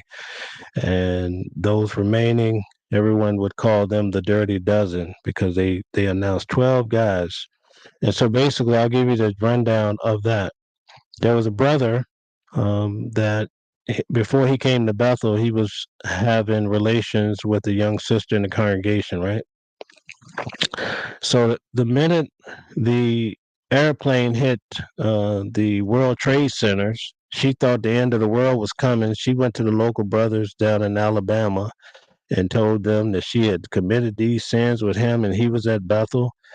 They called Bethel, talked to him, and he confessed his sins. And then he told on, because a bunch of us had all went on this cruise. This is back out when R. Kelly and Jay-Z, the best of both worlds, and everybody was partying and so forth. So a lot of people went on a cruise together, and a lot of alcoholism happened. And this brother was involved. He was there, and he went back and told on everybody, and they started pulling everybody in. And this brother started saying he slept with this girl, and this one got drunk. And then they found out a lot of the Bethelites were going to this strip club in Newburgh called Pleasure Island and sleeping with the strippers. So they knocked out 12 in one day, and then they came back 2 days later and knocked out another 5. And then in Brooklyn, they knocked out, when I say knocked out, they disfellowshipped a host of like 15 guys in Brooklyn. So it spread like wildfire that basically all these guys were pretending to be holy, but at night they were getting turned up. So that gives you All an this idea gossiping that we're and all humans. this is What's that? I said all this gossiping and telling on each other, and that's gossiping. Yeah. Almost yeah, like but hold it's like on, hold on, hold on. well, let me I, finish what I was saying. Hold on. uh-huh. I was saying all this gossiping and going back. Oh, he did this. It just creates a backbiting thing where you can't trust nobody. How do they keep members in the church if they're disfellowshipping everybody and everybody's backbiting each other? And like at some point it's like it seems like it just creates an environment of just people just you A can't trust hostile a environment. hostile environment. How like Yeah, you're taught to tell on others. Yeah, that's what they supposed One to of do, my though. Yeah, you're supposed to report anything. If you don't report it, Exactly. you get in trouble too. Okay. What I wanted to ask was how were the children treated, and at any point in time where they're separated from their parents? Well, the children are treated kindly for the most part. I think they're treated the way children should be treated, but there are deviant men and also women who prey on the children. So people who prey on children have a way of trying to get the children away from the parents. And so that's why the elders who are in high position would say, "Hey, I'm going to work with your child in field service." And then they start grooming the child. And next thing you know, you have these weird relationships like where Michael Jackson's having these kids over to his house. But, there's a bit of respect and honor and trust that comes. It's kind of like when Madoff took the money from the church people, they trusted him, right? This is the guy who tells you about God and the kingdom and he loves you, right? So that's how they get these children away from their parents and these atrocious things happen. So that's why they have these huge court cases now where they're paying millions of dollars for these elders who were doing disgusting things. And Yeah. it's still happening, by the way. Yeah. You had a few like celebrity people that was in your organization. Did they get special treatment like Scientology? You know how Scientology, like they kind of had to bring them up to the ranks to get more money out of them and stuff like that, and then they became higher ups. Did like celebrities become like really important in the organization? The ones that were celebrities? Yeah. So, right. So, as you know, Michael Jackson had a background with Jehovah's Witnesses, but I was able to meet Prince. And in my own personal experience with Prince, I realized ultimately, and I really, it's heartbreaking. I began to understand why he came to his demise when it came to these the overdose, right? I don't know if I could Alleged. say that on here. Alleged. Yeah. Alleged overdose. But he had a serious health problem with his double hips, and the blood Like- factor was a big factor in the surgery that he needed. So it was going to be very risky for him. So what people tend to do sometimes when they fear having a blood transfusion or what have you, they tend to lean on medication, just trying to deal with pain and things of that issue. So, but when it came to Prince, a lot of exceptions were made as far as his garb and things of that sort. When he visited Bethel, I saw for myself because of who he was. Any other brother visiting would have been asked to change his attire. Do you think that happened with Michael Jackson too? Because he was on painkillers as well. So and he had Well, he little was far pain from removed. and stuff he was doing, right? M- Michael Jackson was far removed from the Jehovah's Witnesses, but I think he still, throughout his course, this is how it works in all of these churches and religions. If you're tithing and you're giving a lot of money, people look the other way. And so that's what it basically boils down to. But let's see, Serena Williams, what's this other guy that plays? I think he plays on Empire. I can't think of his name. He's coming up with all these videos. What is it? Terrence Howard? Yeah, Terrence Howard. There's a lot of people that Tiffany Haddish, the girl on The View. A lot of them were ex-Jehovah's Witnesses. Wow. Biggie, Jay-Z, all these guys were on the theocratic ministry schools. So you just have to wonder, did they have some influence with their way of delivery and their flowing or whatever from their background of, being a Jehovah's Witness? Because it's very intense. It's a great program. I think it's awesome as a kid to be up there, just able to learn how to present yourself on stage and whatnot. So the people that got disfellowshipped when that whole spread happened, when they disfellowshipped a whole bunch of people, so you're in Bethel, you came from Virginia. Did they just say you're disfellowshipped and you're out in the street, or did they fly you back home, or is it just right kicked out the front door? So they get you to the nearest airport, or if you have your car, they help you pack it, and at that point, when your verdict is rendered. And I used to work in the department where we would take care of these matters. So I would be the go-to guy to get people out. So immediately we would start to assemble all of their stuff. There would be two elders that would escort them at all times, just like most companies do, though. It runs like a corporation, and they would get you to your car, and you can't come back on the premises. They'd finish out your books if you owed money or if you had some money due. Most brothers didn't have cars. You're getting $90 a month. A lot of them came in at 19. Mm-hmm. So, So they take them to the airport, and then what? Like, do they give them a ticket, or they just take them to the airport? well, give them some sort of probably. I don't know how that part worked because that didn't happen to me. But I take it if the guy didn't have money, they want him out of there, and they're going to send him back home to wherever he came from, and maybe they'll have the congregation balance out that last ticket, or maybe they just write it off and chalk it up to the game. I'm not sure. But they actually, when they're charging you out, they have you stop by a area that says, "Oh, you owe this money to us, so you can pay that off Oh before you yeah, leave." oh yeah. You have to balance out. They listen. They have. I'll never forget one of the guys who allegedly was doing the bribing. When he died, him and the other brother, they owned so many properties down in Brooklyn because they were wheelers and dealers. These guys Mm-hmm. were old school, right? But um, from what I heard the guy say on a television program, he said Watchtower came in number 2 on the list of corporations who made the most money. That's how much money Jehovah's Witnesses were making. Behind the And this brother Mormons. said, right. So the brother said to the reporter, he says, but we have free labor. So actually, we're number 1. So you see what I'm saying?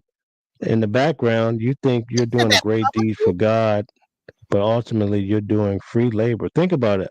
10 years, I did 10 years, 45 hours a week. What kind of price tag can you put on that? And in my mind, I was doing it for God. Mm. Wow. And So, now think about this. When I was at Walk Hill, we had 3,000 people. Patterson had another 3,000, and Brooklyn had 5,000. That's just one branch here in New York. And then we also had other branches, Kingdom Farm, and all these other little places. And people are coming in on tour buses. They're donating money. You have celebrities donating money, congregation donating money. And it got so bad that even if they changed it up so that when people would pay off their Kingdom Hall, right, because they would give them a loan, charge them interest or whatever. When they pay off the Kingdom Hall, now they want the publishers to donate per publisher. So it's just a money racket. But if you're doing it with God in view, you don't often get a chance to understand and see the nature of how they really operate. so with your heartbreak from after your mother, and how she was treated, was that sort of kind of becoming your breaking point? Dealing with that situation alone was a breaking point, I would say. It was tough because I love my mother dearly. I also love my grandmother. She passed right Right, before right, that. But right. when you stop and think about it, especially I'm a country guy, right? Coming out of Virginia, I don't have any major resources. And the way they operate is if a guy was out playing basketball and he gets hurt, then you got to go back home. I knew a guy who's working in the kitchen and he got bleach in his eye. Within 2 weeks, they're sending him back home. So see your whole life now. What they told you not to go to college, right? So what are these guys Right. going to do? So you're Exactly. basically there, and so that's why they came up with the layoff because so many people were there just because they were afraid to go back. It's like a guy in prison. Some of these guys want to stay in prison because they fear the real world, having to go get a real job and start a family and all these different things when They had this thing where if you were there 5 years, it's like a silent thing to where you could be there forever. Basically, you were a lifer. So once a person made 5 years, a lot of guys didn't even want to get married because when you get married and you're trying to bring in a wife, now you have to go back through the application process with your potential wife, your Wow. fiance, and you could Uh-huh. be rejected. So a lot of guys says, "Hey, I'm gonna stay here and just be a lifer because I love being here so much, or I fear leaving." And so that was the dilemma that they came up with, and I think that's why they did the layoff. Like, how do you lay off a free worker? You know what I'm saying? It's like a weird thing, right? Right. But it goes to show when you go to the dynamics of Jehovah's Witnesses, in the background, they're investing in major companies. There are some people online that picked up where they allegedly have invested in company, any company that can make a dime. I mean, it's a smart company. They're bringing in all this money, um, and if you are astute with money, you know your money has to work for you. So, but they tell us as Jehovah Oh, Witnesses to do not follow the world, but yeah. believe me, they use the world to the full. Now let me ask you a question. Now, being that it's a religion, right? So did they fall under the 50C13 church? Did they have to pay taxes or they No did not have to taxes. pay taxes? They don't pay taxes. Yeah. So for that's including the properties. Correct. Okay. So the money is hand over fist. So they get to keep it all. Wow. So Right. because I know a lot of the big corporations, especially like the Scientologists, being that they are a religion, they fall under that branch. They have so many. They don't. Some of them is buildings are just sitting there, not even being of use. It's just they're holding the property, right? But Right. Right. so yeah, I think Jared Kushner bought those buildings, a lot of those buildings in Brooklyn, allegedly, and it was $1 billion. I mean, money is not an issue, but recently they started to ask for a lot of money, and they said that they were having some money issues. There's some videos, I think, or even on my channel, they mentioned that. So you never know. I think it's because of the court cases. One case alone, the girl was awarded 26 million out of California. I think her name is Conti. My last name is Conti. You can look up that case. It's actually on my channel too, where she got that. That's one case where they checked out 26 million. Man, Hmm. you know what's so crazy? Like I'm. This is really amazing to hear this because I never knew it was this intricate of what I just knew that they knocked on doors and tried to give you the. I didn't realize it was this huge of a organization. And Right. I'm wondering, is there a family? You know how you have the Colgate family, you have the Crest family, the Hilton family, is there like a whoever the main person that The started that heads, that the that heads, I'm talking about the person that created this system where his offspring right? are like in control, like are the chairpersons. I'm not sure if this is even a public company. It probably still Right. is private, so I So don't I know. could tell you, I could No, tell it's you a public. story. A friend of mine was getting kicked out because he was flirting with another man's wife at Bethel. And so he came to see me on his last couple of days. I was kind of his advisor because I was actually going through some situations myself with them because I was in an accident and I was battling with them for care. It was a mess, that happened during my last 3 years. Um, but he was the assistant to one of the highest guys at the of the branch, and he told me, and he had some documentation, and I tried to get him to let me take pictures of it. But he was expressing to me that he was like, "Did you know that it's not Jehovah Witnesses that own this religion?" And I'm like, "What?" And he had the documentation there. I couldn't get it from him, but it opened up my mind, and I'm like, "Well, that makes sense to why these layoffs are happening because if you have a guy that's not religious, he's looking at the bottom line." I'm like, why would you? Let me give it to you this way. and I saw it with my own eyes. I heard the first talks when they were doing the layoff. You have a guy there with a wife. They've both been at Bethel 30 years. She doesn't have any kids. She wanted kids, but just to be in her assignment with her husband, she forewent all of that and thought that they were going to die at Bethel and be lifers because there's a bit of clout that comes with it. You get to fly out and he gives talks in Aruba, and then the local congregation look at you as being like a celebrity. They treat you nice. Some of these guys, um, I think allegedly Larry Graham bought one of the brothers a car. That's alleged, but there's a lot of perks that come with being a Bethelite. So you have this couple been there 30 years, don't have kids, and now all of a sudden you're coming to them and saying, "Hey, you're out of here. You're laid off." Can you imagine? I know one couple in particular where his wife divorced him within 2 weeks of them leaving. So, Wow. it's real life, and Wait, most wait, people they just think they holy, might have holy, holy, but it's they might have left all their house and stuff to become a Bethelite. So when they put them out, they just put them out on the street. That's crazy. well, a lot of them were sent out to be special pioneers, but that's just like a soft landing because they figure once you get there, and then they'll change.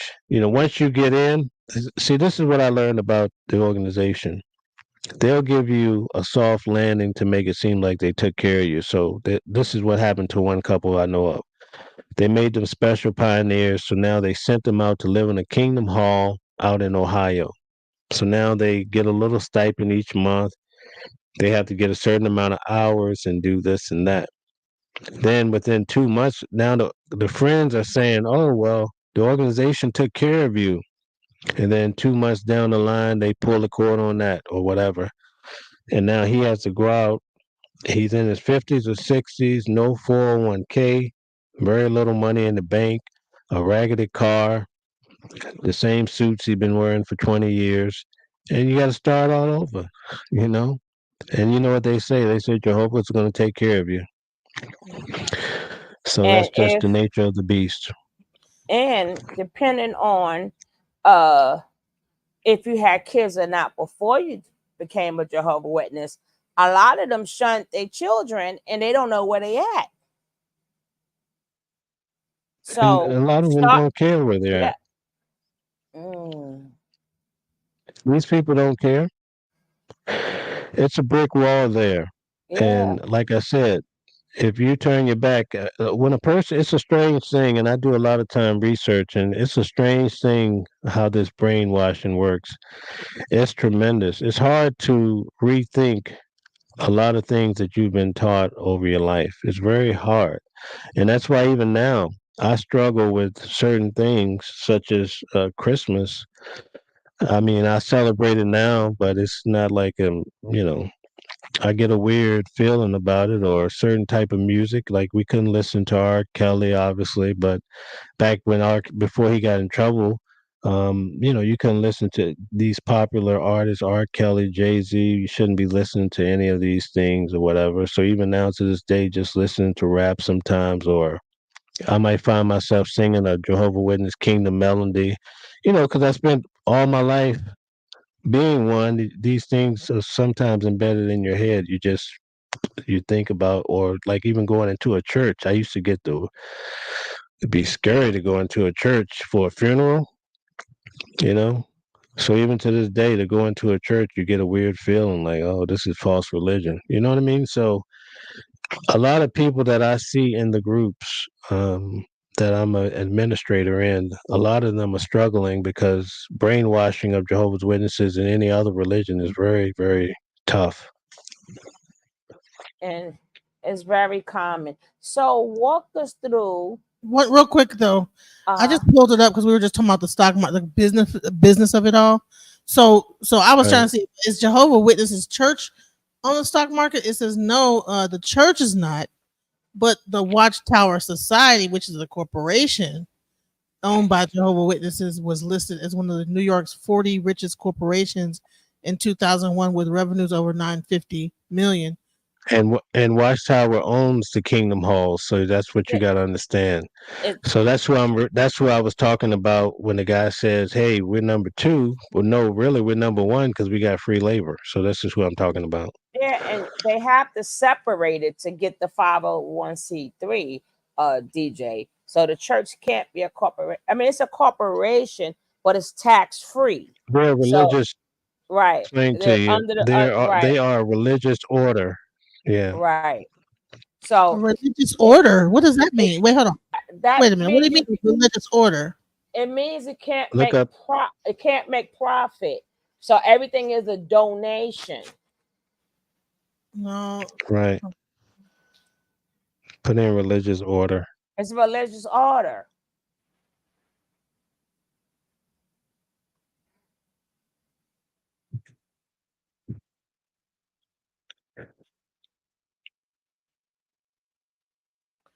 Oh, it's a group of men who live under religious vows. The vows commonly taken are to relinquish all possessions and personal authority, vows of poverty and obedience, and not to engage in vow of chastity. That we're talking about the money part. The money part is what we're talking about. They have to separate that so they can get tax free everything. No, Right. that's called a 501c3. I'm talking about the business of how they have it structured to where they can get this free labor under the corporation, but then the chairpersons of the Watchtower can be secretly running the religious company. Right. You know what I'm saying? got That's the problem. I find that I don't know if people are a religious order is a lineage of communities and organizations of people who live in some way set apart from society in accordance to their specific devotion. Mm-hmm. So yeah. Let me just show you here. See here? This Show is you probably can't see it, but I'll show this is my Bethel vow of poverty. This is the family vow, and I'll just give you a couple quick points. Number one, to live in the common family lifestyle that's traditionally existed at Bethel. Number two, to volunteer my services to do whatever work I'm assigned to me. Number three, to be submissive to the theocratic arrangement at Bethel. Number four, to devote my full-time efforts to Bethel assignments. Number five, to abstain from employment without permission. Number six, to turn over to the common treasury of the local religious organization all income received from any work from any personal efforts in excess of my necessary living expenses unless released from the vow.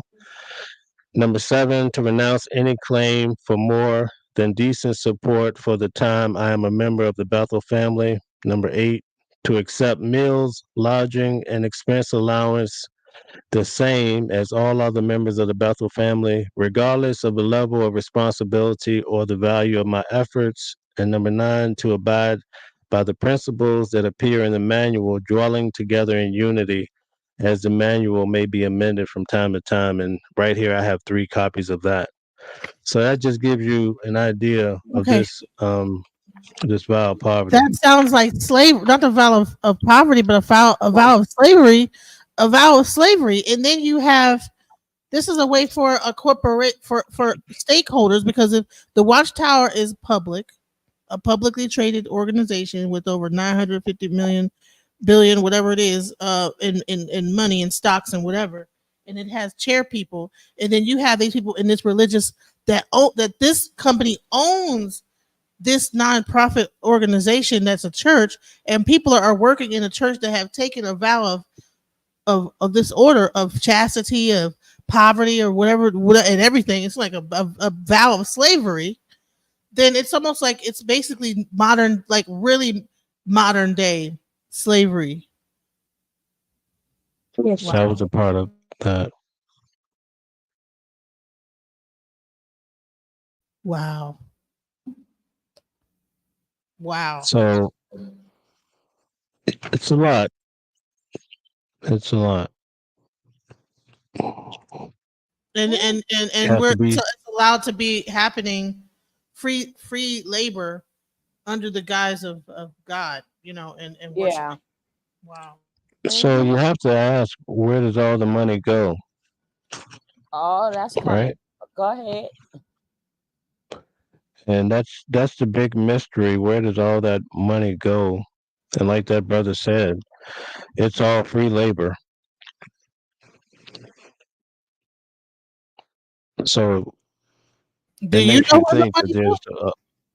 Well, I can't no, hear him. no, but it. Do you I think said that no. that these people are involved with any kind of politics or Well, like of course. like law? Yeah, I mean, you're never gonna know the inside track of the real deal. But you do know that right now they're taking on a lot of heat throughout the world, so much so that they had to allegedly bring in an outside organization to help them understand and how to make changes to retain more people because they're losing so many people being disfellowship, people just leaving, people not joining anymore. So that's why now you can wear a beard, women can wear Yeah. pants. They're softening that up, and who knows where they're going to take this in the future to try to make it a more day-to-day appealing religion. We're at the part of this live where we invite some people from the audience that have questions to talk. We have a guy Blue that just came up. Sugar, did you drop your link in your chat yet? No, not yet. But go It's, ahead. it's in the it's in the private chat. Okay, Blue, you had a question or a comment? Well, yeah. One thing, if you can, I would. If I'm not sure if the brother is cool with it, but I'm kind of sharp with the Bible. I know you said you were still helping people come out. I like to get a chance to go over some scriptures with you one day. If you can, get my number from DJ Genesis and give me a call because All I right, can you just yeah, I can you definitely. give me a just give me a quick shot? I mean, maybe take a minute or two if the ladies are okay with it, just to let me hear what you got a little bit. I'm not going to get into it all now, but I just want to see what you got. Oh, you talking about as far as the scriptures? Yeah, what's one of what's your go-to? Well, one of them is even dealing with dealing with from Michael being Jesus, or Jesus being Michael the archangel. Um, that's one of my that we could deal with. Um, Okay. as far as uh, what was one of the major ones? Fuck, you got me on the spot. Let me think about one that's That's okay. All right. That's good enough. I just want to get an idea where you're at with it. That's cool. yeah. I'm very versed when it comes to that, so I'm ready to go. Just get my number. Yeah, Okay. And on my channel, I break down a lot of scriptures where there's mistakes in the Bible and all that type of stuff. So you might like to check it out. I think you would appreciate my angle. yeah, Blue Okay. used to be he used to be a Hebrew Israelite. A lot of our people that Oh, are okay. in our audience are either have had experience with a lot of different religious, cult like organizations or whatever, or are still in cults or maybe whatever. So Well, this is is he? I think i- it's a i- place of dialogue. It's a place of Is dialogue. he's an ex? Is he's an ex? Well, he's still Hebrew, No, but no, I'm not a ex J Dub, but I did study I was in a relationship with somebody, and so I studied all of the material, okay. But all of the pamphlets, everything. he used to be a Hebrew Israelite though, right? Right. I came out So of Christianity. I was a New Testament Israelite. I came out of the New Testament. I became an Old Testament Israelite only, and then I came out of that. I seen Oh, idolatry Are and the you whole thing. oh, okay, are but you in before religion, we, period, or no? You could kind of say I kind of started one. I think basically we in the works of because I think religion is still important whenever you build creating a culture. But I think the most important thing about religion or spirituality is that it has to be connected directly to the people, right? Like that's just like when you was talking about Abraham lying lied to the Pharaoh, right? And they told you that that was okay for him to lie to the Pharaoh. They weren't necessarily wrong on that. And what you'll see is contradictions, because you'll see things like voodoo being practiced in the Bible, and it's okay when it's done to YHWH, right? The same practice, even when you get down to, I don't know if you read about the and the Thummim, right? The and the Thorim, where the two stone tablets that the priests would have on their chest plate, and when they needed an answer from God, they would roll these stones down, and based on how they light, which one lit up would give you an answer. Another example of it, right, where they had the law of adultery, right? Remember, they would take the wife to the priest. The priest Right. would make a concoction of a drink, and she would have to drink that drink. Now, if she drunk it and didn't die, that means she didn't commit adultery. But if she Right. drunk it and she died, then she did commit adultery. So you see the same practices that you will see in other cultures, but it's Let's only get out of okay when it's done to Yahweh. now. But before we go off, right? Let's ask questions. Let's just finish with the last part of him, and what was the last straw, and when did you leave? Well, it was very complex, and I'll try to give you the short of it because we've been rolling for a while. I was in my work assignment.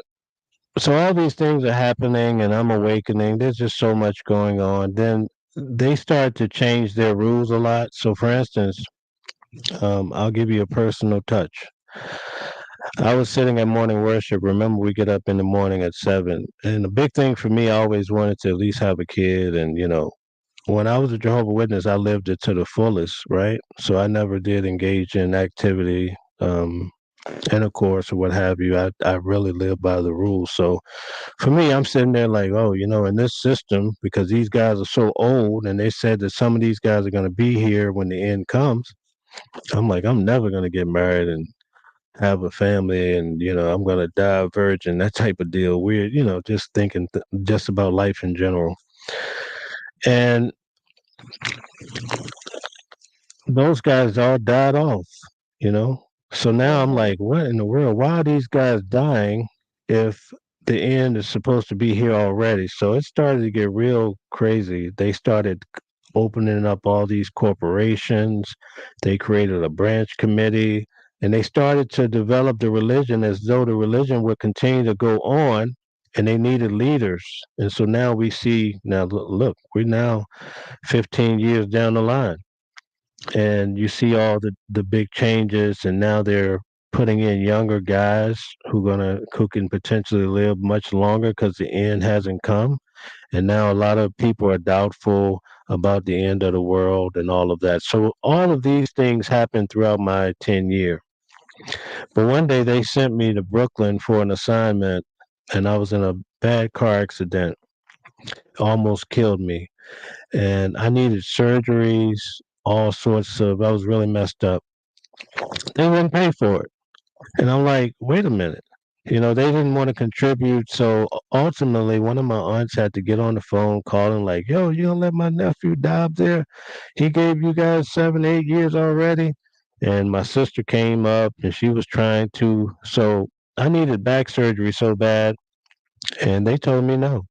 And a friend of mine, who was a very close friend of mine, he was in the writing department. He invented the Young People Ask book, and he was working on a lot of the videos. He needed brain surgery, and he was gonna. I had went out with him previously, him and his wife. He needed stereotactic surgery, where they do for brain surgery in difficult places. They pinpoint the cancer and remove it. It was $100,000. They told him no. He's been in the writing department 30 years. Can you imagine that? You give 30 years and they're not going to pay. They said these are righteous funds. Well, aren't these righteous funds supposed to cover Bethelites too? So they were. So they wouldn't pay for my surgeries. And so then the doctor came to me and said, listen, man, your religion has failed you. We don't know what we're going to do with you. It was a mess. So I fought it, because there was another case in Brooklyn where this chiropractor sister was getting on a shuttle and she twisted her back and she had to sue the society, and I read that online. So then I'm fighting with the brothers and the governor. They sent the top dogs after me because I was sharp and I was getting all my secular facts together. Legally, I'm online, just really on top of my game, learning my rights. And then I realized, wait, we're in a religious order. You don't have workman's comp. So wait a minute. So then I tell the brothers in the big league guys, I'm like, listen, if you guys are not going to cover us with insurance, why on earth would you let us buy this cheap insurance for our cars driving to the meetings on Thursday nights and Sundays, knowing that we don't have any backing? And then if we do get hurt, you're not going to cover anything. And I said, if anything, you should tell these mothers that are sending their sons out here like mine and thinking they're doing a great deed. You should tell them that keep another policy on your kids so they have some backup at least for a couple of years if they get hurt, because they're leaving you out here on their own. So when the brothers came and talked to me, I told them, I said, listen, I do not hear the voice of Christ. And they told me, well, this is business. And when when What? the governing body member told me this is business, he lost me forever. And I told him, I said, Oh. this is what we're going to do. And I'm telling you, just like I told him, I Mhm. says, we're going to hope for the best, but we're going to plan for the worst. And I said, the rest is up to you. And so then they had me there. I was in the infirmary at Bethel, but they had me in a different zone because I was, trying to get surgeries and just, I was really bad. I ended up having like neck surgery, back surgery, shoulder surgery. I was banged up pretty bad. Um, so when that happened and they told me straight out that this is business now, it's not a holy situation, and that these are dedicated funds, and we can't really, we don't have a system for helping the Bethelites that get hurt. So that's when it just really opened my eyes to the religion being a business. Man, And then they started. they were worth 950 million in 2001. I don't know what the number is today. So I'm trying to figure out what would it have hurt them to pay for someone's surgery that's dedicated at the top of the level of the organization. That is insane. That And wasn't part they, of the business. why don't they have hospitals like the 7-Day Adventist? At least they got hospitals in 7-Day Adventist. You know what I'm saying? Where is this money going? You're right. Where's the money going to? Because it's not going to the people. Where is it going to? They don't have no That Right. they claim it goes to it's for the printing of the booklets and the pamphlets and stuff that they send out. And probably the airplanes and stuff to take them in different places. Do they Okay, have their own so airport? They got their Let own me, private so let jets. me, I need to speak to people who are going to be watching this video who are Jehovah's Witnesses. So there's a key part here. yes. So ultimately, because of it was an outside accident, I was awarded some funds, right? And prior to that, they really strung me down to a contract that I basically had no choice but to sign. And I don't know if you're familiar with how cases work and so forth, but ultimately your attorney does all the negotiating, right? Mhm. So my attorney was negotiating with them. You know what they did to me? They said, "Forget your attorney. You better come to this judicial meeting, or we're gonna excommunicate you." And I didn't come to the meeting, and that's where our relationship came to an end. So that's why I was basically outed, because I said, "Listen, you have to go. It's hostile now anyway, but you really need to work this through with the attorney." So I have all the documentation that I haven't released yet, but I will, because this is the first time I'm ever telling my story, and most people have been asking me my story. And thank you But so you'll much. see the letter. You'll see the letters where my attorneys, they write me letters, they write my attorney letters. You'll see the dates, and then you'll see my attorney write back and give them an offer. Then you'll see them call a judicial committee saying, "Forget your attorney, come talk to us." And I didn't participate, and then you'll see history. And I gave 10 years. So My fight now is much bigger than Jehovah Witnesses. I don't really think a lot about Jehovah Witnesses. My issues is just with how man has been controlled through the Bible. It's just it's much Mhm, bigger than that. But a lot of mhm, people are brainwashed, and you got the Muslim fighting with the Christian. It's a mess. And mhm. then you have science, and it's very complicated. But these religions are businesses that are taking advantage, and you really need to figure that out before you waste a lot of time in your life, like I did, and just to find out that they have a real truth, and it's not what you want. You And you know, know what? I think that the government knew what they were doing by separating churches and state, so that these organizations could be able to do modern day slavery and have people work for them and build up their wealth through these churches tax free, and not have any accountability for the people that are working for them nor insurance. Because if the government was involved, they would have to have legislation to make sure that they have to be under like some kind of compensation Well, plan. technically, there it's the same. They together. It's just that they just made a different division, but it's all the same, different side of the coin. No, I'm talking right? about the fact It's that I let me know what you're saying, but it's the what am I saying? same. What am I saying? You understand what I'm saying, right? He understands what I'm saying. No, what I'm talking about is the fact that it's not being um that because the government has separated it, so it's allowed it to go without any kind of regulations. It's Checks and unregulated. balances, checks and Checks and balances. Yeah, balances. That's the word. That's the word. Checks and Right. balances don't exist, and so they're hmm allowed to use people for labor, and it makes the corporation, which is the church, more money in the name of God or whatever. But then there's nothing that's I think it's just messed up how, and then you could wrap that around another bigger corporation, and all this is really right. big But the feeding government into even the gov- larger corporation.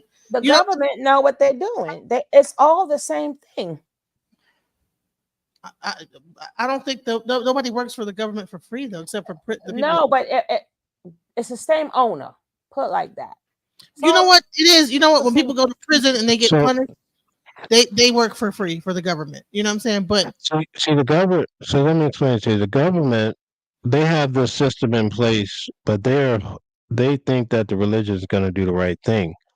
Unless somebody comes forward like myself or a group of people and tell them, hey, they're misusing this they, arrangement, they're that's never what really going to know. that's what I'm saying. And so that People and need to come out so and work. like in my particular case, right? I got into a major accident, and while I was at work, and then they lied about it and tried to say I have it all on documentation where the judge reprimanded them for trying to say that I wasn't at work, and I had my vacation notice and everything all on file. But it's a tough situation for me to get to that point and first try to seek some workman's comp or something like that, and then for the state to say, well, you're a part of a religious order. And you're like, what's a religious order? See, now you're learning. You see what I'm saying? After you Mhm. Because work you your signed 10 the years or whatever you gave, now you're learning like you have no rights, and you're going to be, they're like, well, do you have some family to go stay with? And like my mom and my grandma died. It's like, what am I going to do? So I said, we're going to have to work this out. So I was so one. Most people would not have done what I did. So did their lawyers come out like, no, he can't do nothing based on this contract he signed? He took an oath that that, and then if you even would have gotten any money from that accident, did you have to give that money to them because you signed the that's what contract they were. here Right. saying So it got real complicated. See, I'm learning. See what I'm saying? When you go in, right? Especially God is at the top. You got Jehovah, Jesus. You're in the watchtower. The watchtower was talking about love, and we got to be here for each other. So you're going in and you're warm, and like you think everybody at the table is your friend. You're signing this vow of poverty, but you're like, well, this has to be a great arrangement. It's just naivety. You're so young or whatever, which is ultimately I take responsibility for is my life, though. But you think it's going to be sweet, and if something happens, the brother's going to take care of you. You commence to give 5, 10, whatever years you put in, and then you find out that they created the system against you. Uh-huh. They built the system against you, and they use the Yep. government Thank religious you. order. Yep. Because even in the Catholic Church, right? That's what they do when there's these Mm-hmm. allegations, right? Mm-hmm. They move these guys from one place to the next because they're under that religious order. So they have certain rules, and you wonder why they don't get rid of these? They move them or whatever, right? But they're working the system. Well, the Jehovah Witnesses did the same, but I learned the hard way. Yeah. Wow. And so, man, so the money that you got out of your settlement for that accident, you had to give it all to the church. A great portion, yeah. Wow. Because you So took that And oath. that's all. That, That's that all. That's and they all. and they That's all I didn't can say about it. and they didn't pay for your health. You could have took the money to help with for the your accident. back. When you get in an accident like that, you're going to be having problems probably for the rest of your life, pain, whatever, and need medical.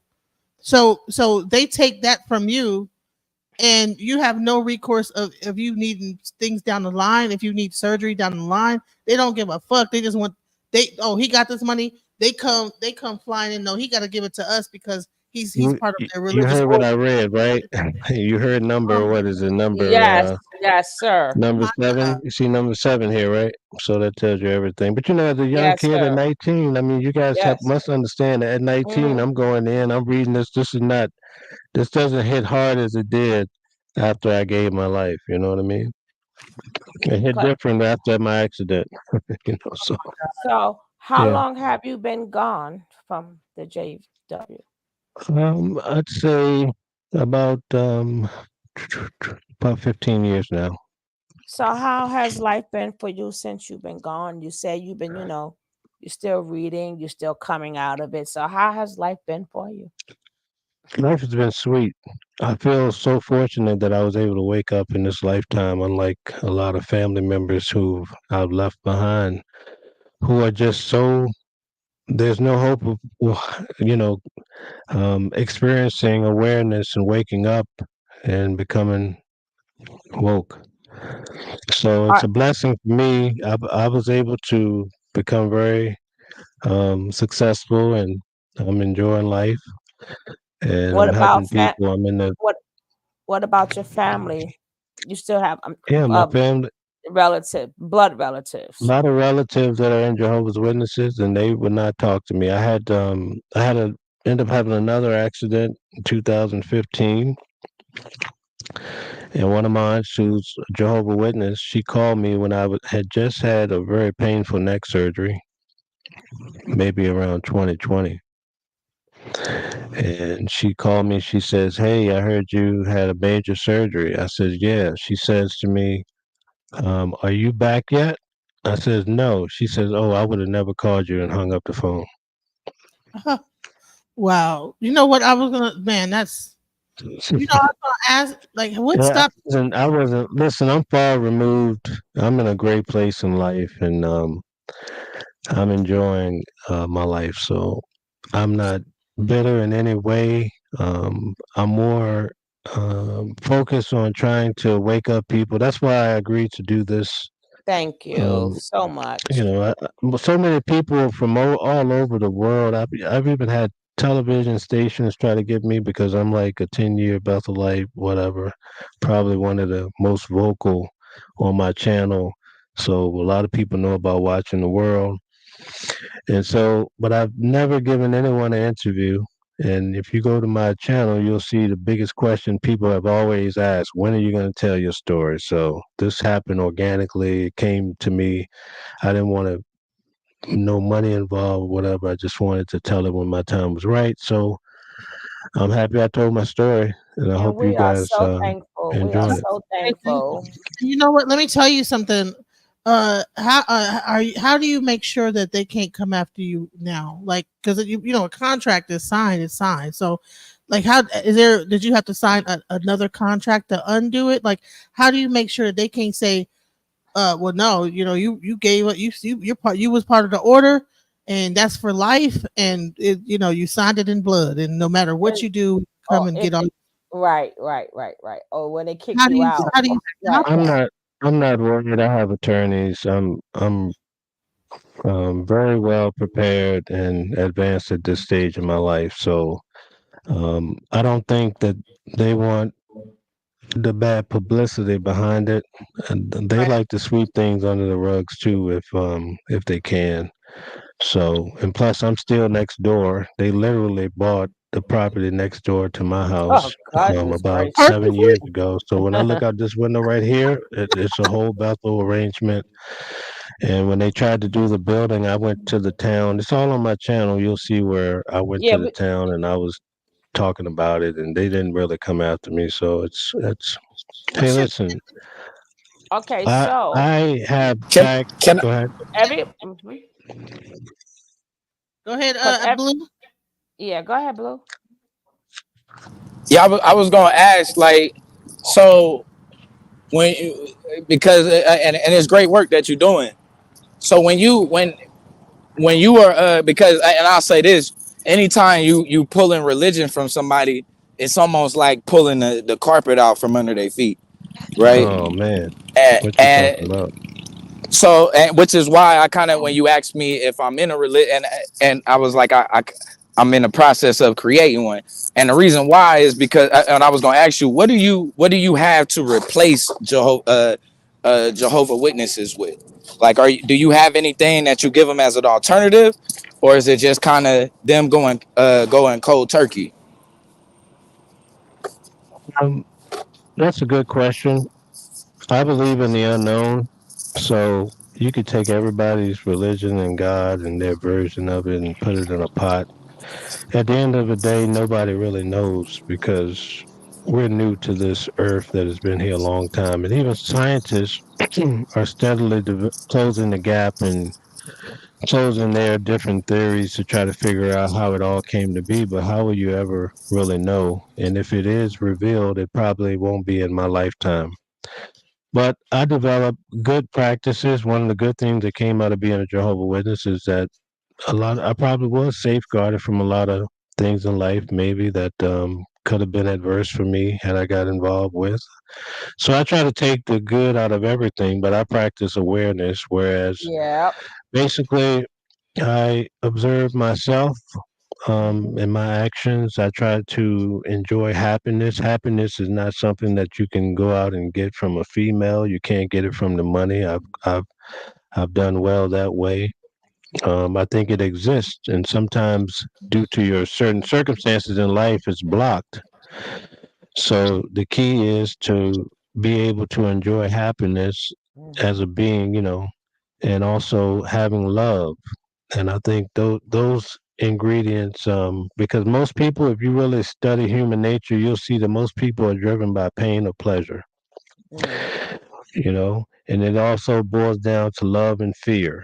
You go back to Hitler and the atrocious things that he did, you see that it all ties into fear. So just trying to understand life is what I do. I debate people on the Bible all the time. I'm currently I work with a lot of Bible scholars about the Gospels. I show people various mistakes. I enjoy doing things like that Oh, you every and time Blue I will see love each Jehovah's other. Witnesses. You and Blue will love each other. He that's all. That's his whole. They got a whole debate league where they do that at. Right, Blue. Yeah. So Yeah, that's definitely. where I am right now. I enjoy it, but as far as these religions, I could tell you where most of them probably how they developed. And I think most people who believe strongly have very limited knowledge about their religion. So they know enough to be brainwashed, you know. But the tough part is that I had to learn this later in life after I gave. So the key is to try to create a transition for young kids and younger people so maybe they can start getting a better direction on life so they don't take the course that I did and go volunteer for the man. You follow?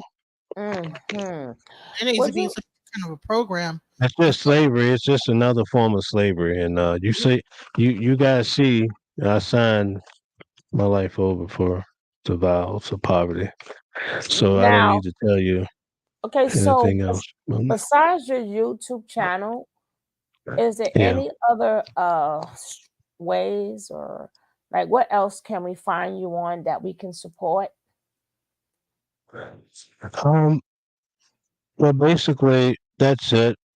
I haven't been making videos, but a lot of people are after me to get back at it, so I probably will.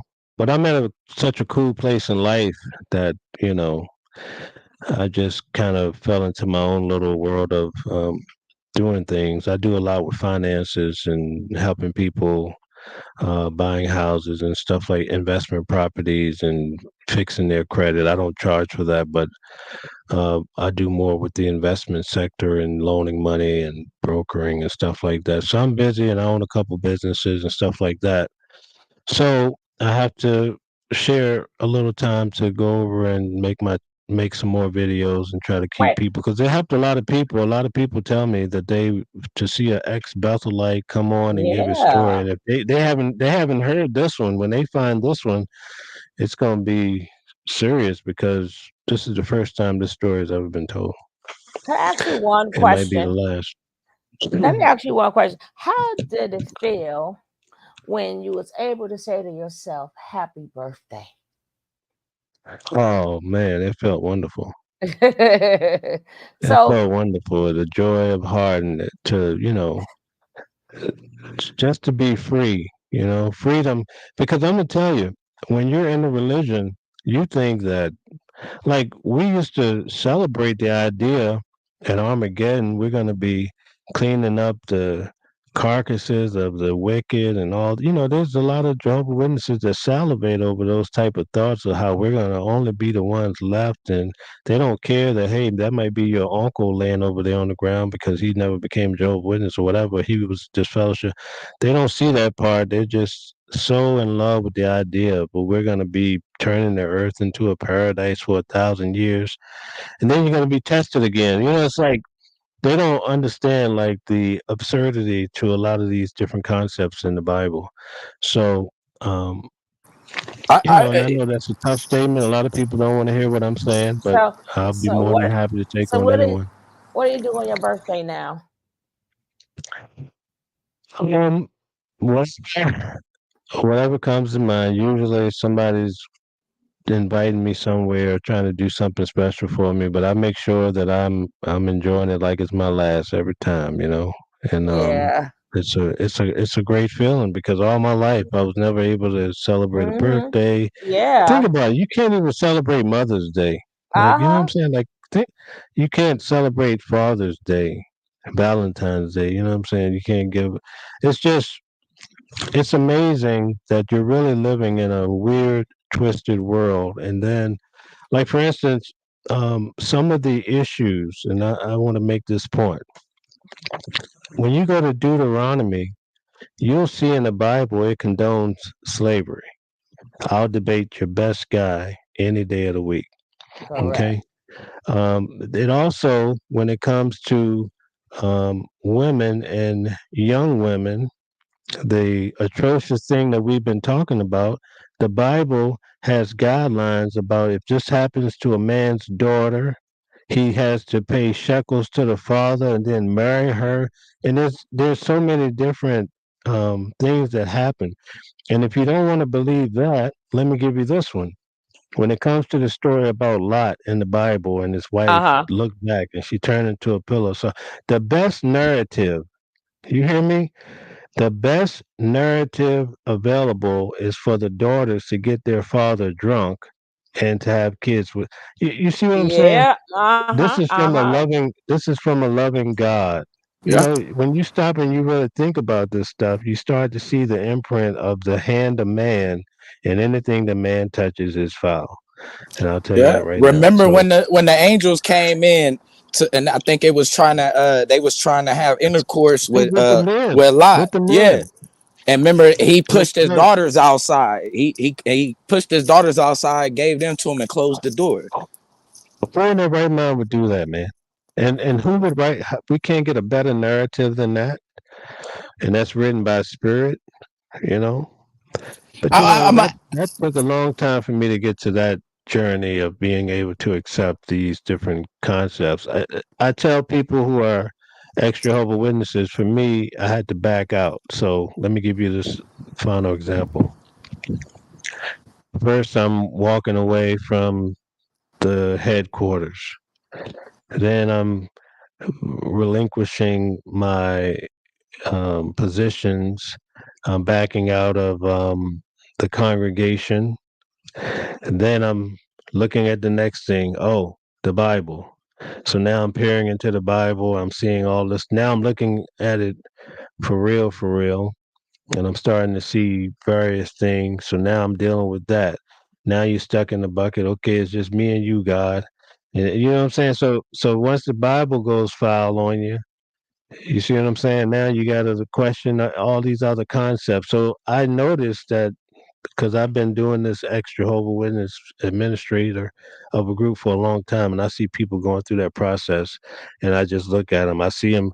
You ever see a person get thrown out of a nightclub and they come out yelling and screaming, ah, ah, ah, and then they calm Uh-huh. down and then they have a breakdown? That's what I see people going through, and a lot of them Right. have been abused. You know, they went through various things in their life. So not only are they dealing with walking away from the brainwashing, they have memories that I don't have of someone doing things to them. You see what I'm saying? So that's a whole nother level of suffering. And so I try to help people to get to a point where they can just have peace and freedom in mind and have some awareness and be able to just be okay with yourself. And when you look in the mirror, right, you see but I is looking in the mirror at me and understanding that I and me and how they work together and how you can observe yourself and what you're doing and understanding how love works, how happiness works.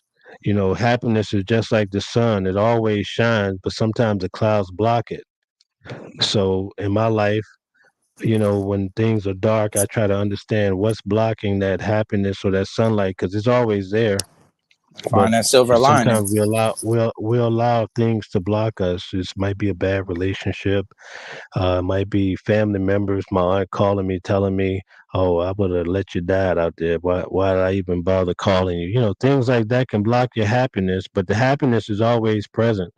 Like when a rose is smelling sweet, it doesn't smell sweet just for the good people. It smells sweet for the bad. It's always constant, and the happiness is always there. I never really understood that. I always chase happiness and chase love, but those things that we have a hard time explaining what they are, but they exist. But we allow things to get in the way of the shining of it in our lives. So that's Uh, where I'm at, and Oh, quite that's frankly, I'm enjoying life, and well I'm said. just I could have Oh, I could have went a different route, or I could be still trapped into a religion that basically, like in the Bible, where the taskmaster was hitting them in the back, saying more work, and you know, right. I don't want no parts of that. So it's good to be free, and Yes. Yes. when you're there, listen. Let me tell you how this works, right?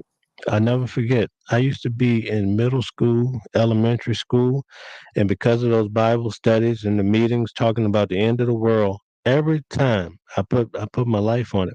Every time it thundered, I would think the end of the world was coming. That is terrifying for a child because that's what they Oh. teach. Armageddon's coming. Armageddon's coming. So you're always on the lookout. And look at me. I'm in my 40s now. You know, this has been a long journey of thunderstorms, thinking that the end of the world was coming, and now they're halfway backing away from that, and they're changing things around.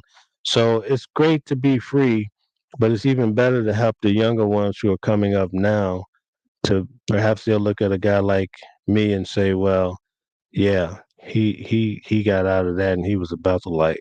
You know, I think that'll go far for people when they say, hey man, this guy, he was in there for 10 years. He couldn't have been a bad guy.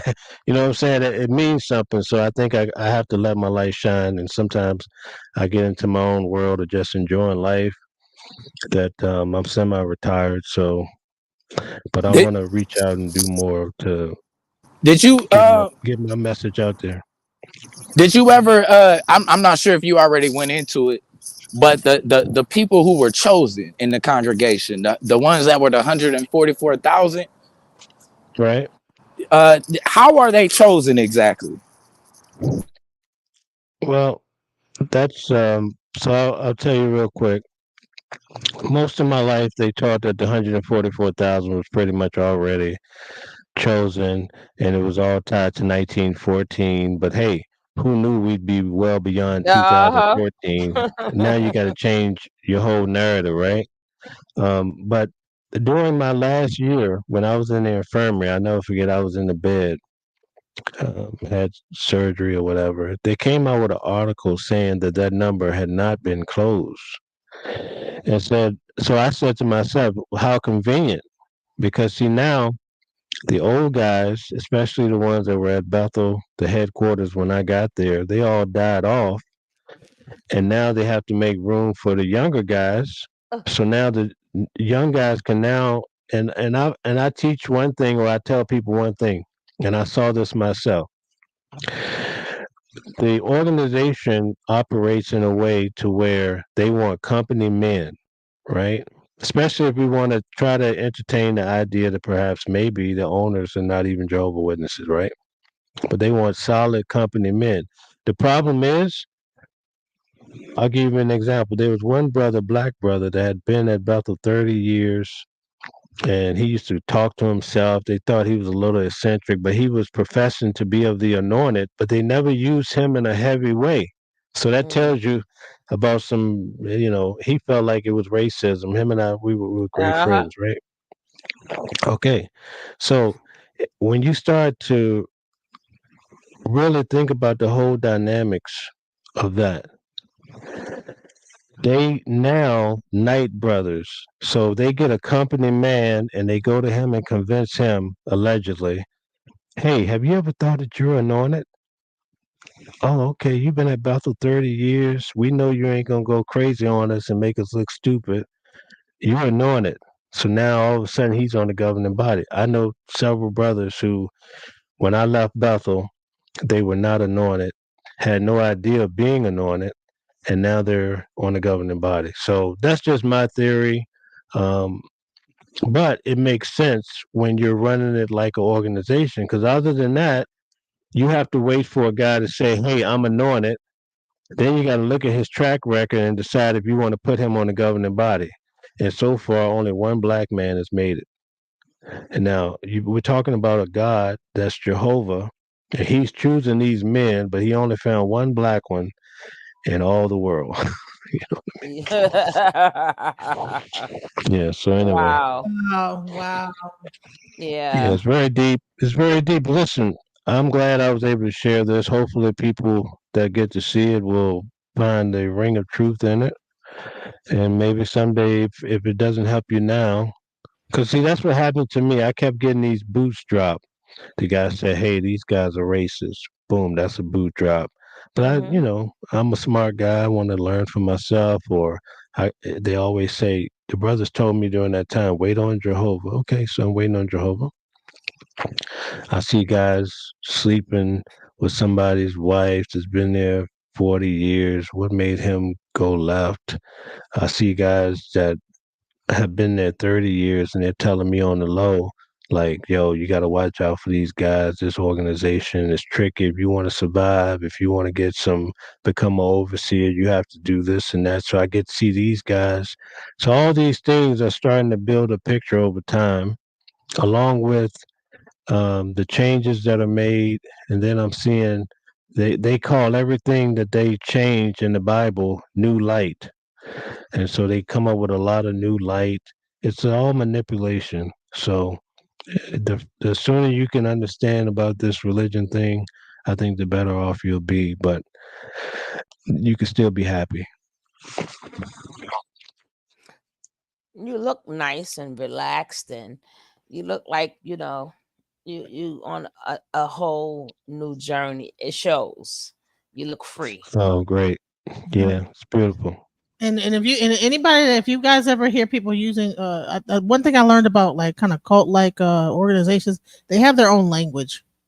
New light, overseer, excommunicate. What's when they kick you out, excommunicated. Like all the and Right. then these things don't exist probably except for this group. You know that back when we were with, like carbonation, they had their own language. You know, I love myself, thank myself. I have to, you know, I'm thankful, and all those different things that they would say. So one thing that they do first is they change how you talk and how you communicate, so that only people a part of the group communicate that way. You know, and you Well, can find Right. overseer, well, what that's a regular word as of the an watcher. overseer, but the watcher, yeah. But I mean, No, that's his name. That's his name, the Watcher. No, Overseer is a weird name to be. I mean, since no, they had, overseer is what who they use to look over after the slaves, the overseer. right, but I'm saying that's not something we use in everyday talking. Like me and you, like there's no overseers right now in modern society. So the fact that they're using those type of words in their group of language, that they're in their language, their communication. Mhm. Not only that, but overseer is not biblical. Remember, everything that Correct. they stand on is supposed to be directly from the word. So all of the name, that's why the names that they use, even you know, them not Yeah. referencing being a Christian, because remember, they don't they want to be, they want to make sure that they separate from Mm-hmm. being, you know, from being Christians. Even though it's in a way they'll say, yeah, we're Christ's light, but we're the witnesses of Jehovah. So Yeah. those Right. words aren't biblical, you know what I mean? But they're using them. Watch, you know what I mean? Even, you know, from the watchtower, none of that is, that's not, you know, that's not Ain't- scripture. What no watchtowers in the biblical time? Yeah, those aren't Right. scriptural titles. Hmm. So when you use those type of titles, but yet you going against people, you know, you using the scripture to go against birthdays. You use the scripture conveniently to go against you know, Christmas. But then and why people shouldn't have titles. Because that was one of the main things they would say. People ain't supposed to have all of these titles, but yet when you get into theirs, there's all of these titles. Yeah. And then Yeah. new So light let sounds me like a Masonic word. New light. That sounds like something the Masons use when they're talking about their Mhm. levels or when they learning more information. remember the founder. The founder was a Mason. He was Mr. also a Herbert, 7 Day right? Adventist. That he was excommunicated, I believe, as a 7 Day Adventist. So he went and started his own religion, That's which is the Herbert, Jehovah right? Witnesses. So No, That's Herbert. it's Charles Russell Tate. Ted Russell, yeah, Charles Ted Russell. So it's most people that are Jehovah Witnesses now. They don't understand. They wouldn't know that. And let me tell you what they did about 2 years ago. He was buried, or near his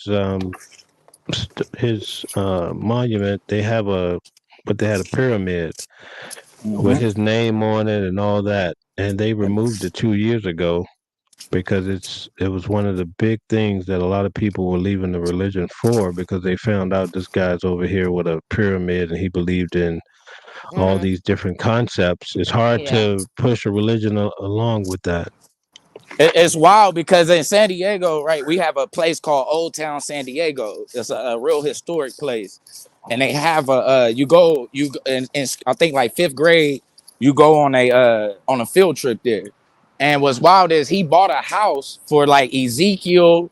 I think he said Moses, and no, Ezekiel, Elijah, and I think he said and Jesus. And he bought this. It was this big house Right. that the mafia people used to own, and he said that they was gonna live in it when they got there in 1914. And then when When the snakes 1914 came came, back. he Yeah. lived in it. Yep. Right. Yeah. And so we listen. This has been 2.5 hours. You know, I want to. Does anybody have it? I mean, Blue, you got any other things you want to say real quick? Nah, just give him my number. Just make sure you give him my number. Man, this has been Yeah. really awesome. I really appreciate you coming here. I appreciate. Man, this has been emotional for me because I Yeah. really feeling people's pain. Like I'm going through it, you know. And I done went through the whole story. Even told I got mad, cried at one point when they took your money. I said they took his money, didn't they? I know they took his money. But I don't almost forget, guys, his YouTube page is Watching the World. You see it written across exactly the way it is. Check it out. If you want to learn more and hear what he got to say, please check out Watching the world. Hit that link. And it's And, Watching the World 4428. And and he also, if you want to give him a donation, a cash app, his cash app is $ Beyond Holding. I'm gonna put it in the cap. Beyond Holding. and he said he will eventually. He will be making newer videos, but it doesn't matter because anything you watch is going to be new to you anyway. So go check it out. Right, and there are a lot of like ex Jehovah Witness. I'm not sure if you've been checking out the comments that I've been putting up, but there's actually people that are in this that are definitely being touched by your story. That they were telling their stories in the chat as well. So if when it comes up, check it out. I mean, this been eye opening for a lot of people. So thank you. It helps more. Thanks for having me. I really appreciate it. It helps beyond ex-Jehovah Witnesses because a lot of things are the same concept. So you're helping beyond ex-Jehovah Witnesses. That's right. Put in certain religions. And now when they get to your story, maybe they'll get the courage to get freedom. So again, we thank you so much for gracing us here and sharing your story. Oh, thank you. I'm privileged to be here among you guys. And as we always say, what do you always say, Sugar, to me? DJ, take us out of here. Alchemize your energy. Darling, let your spirit be free. Don't give up. Keep on pushing through. Now is the time. It's all up to you. Alchemize your energy. My friend, let your spirit be free. Don't give up. Keep on pushing through. Now is the time. It's all up to you.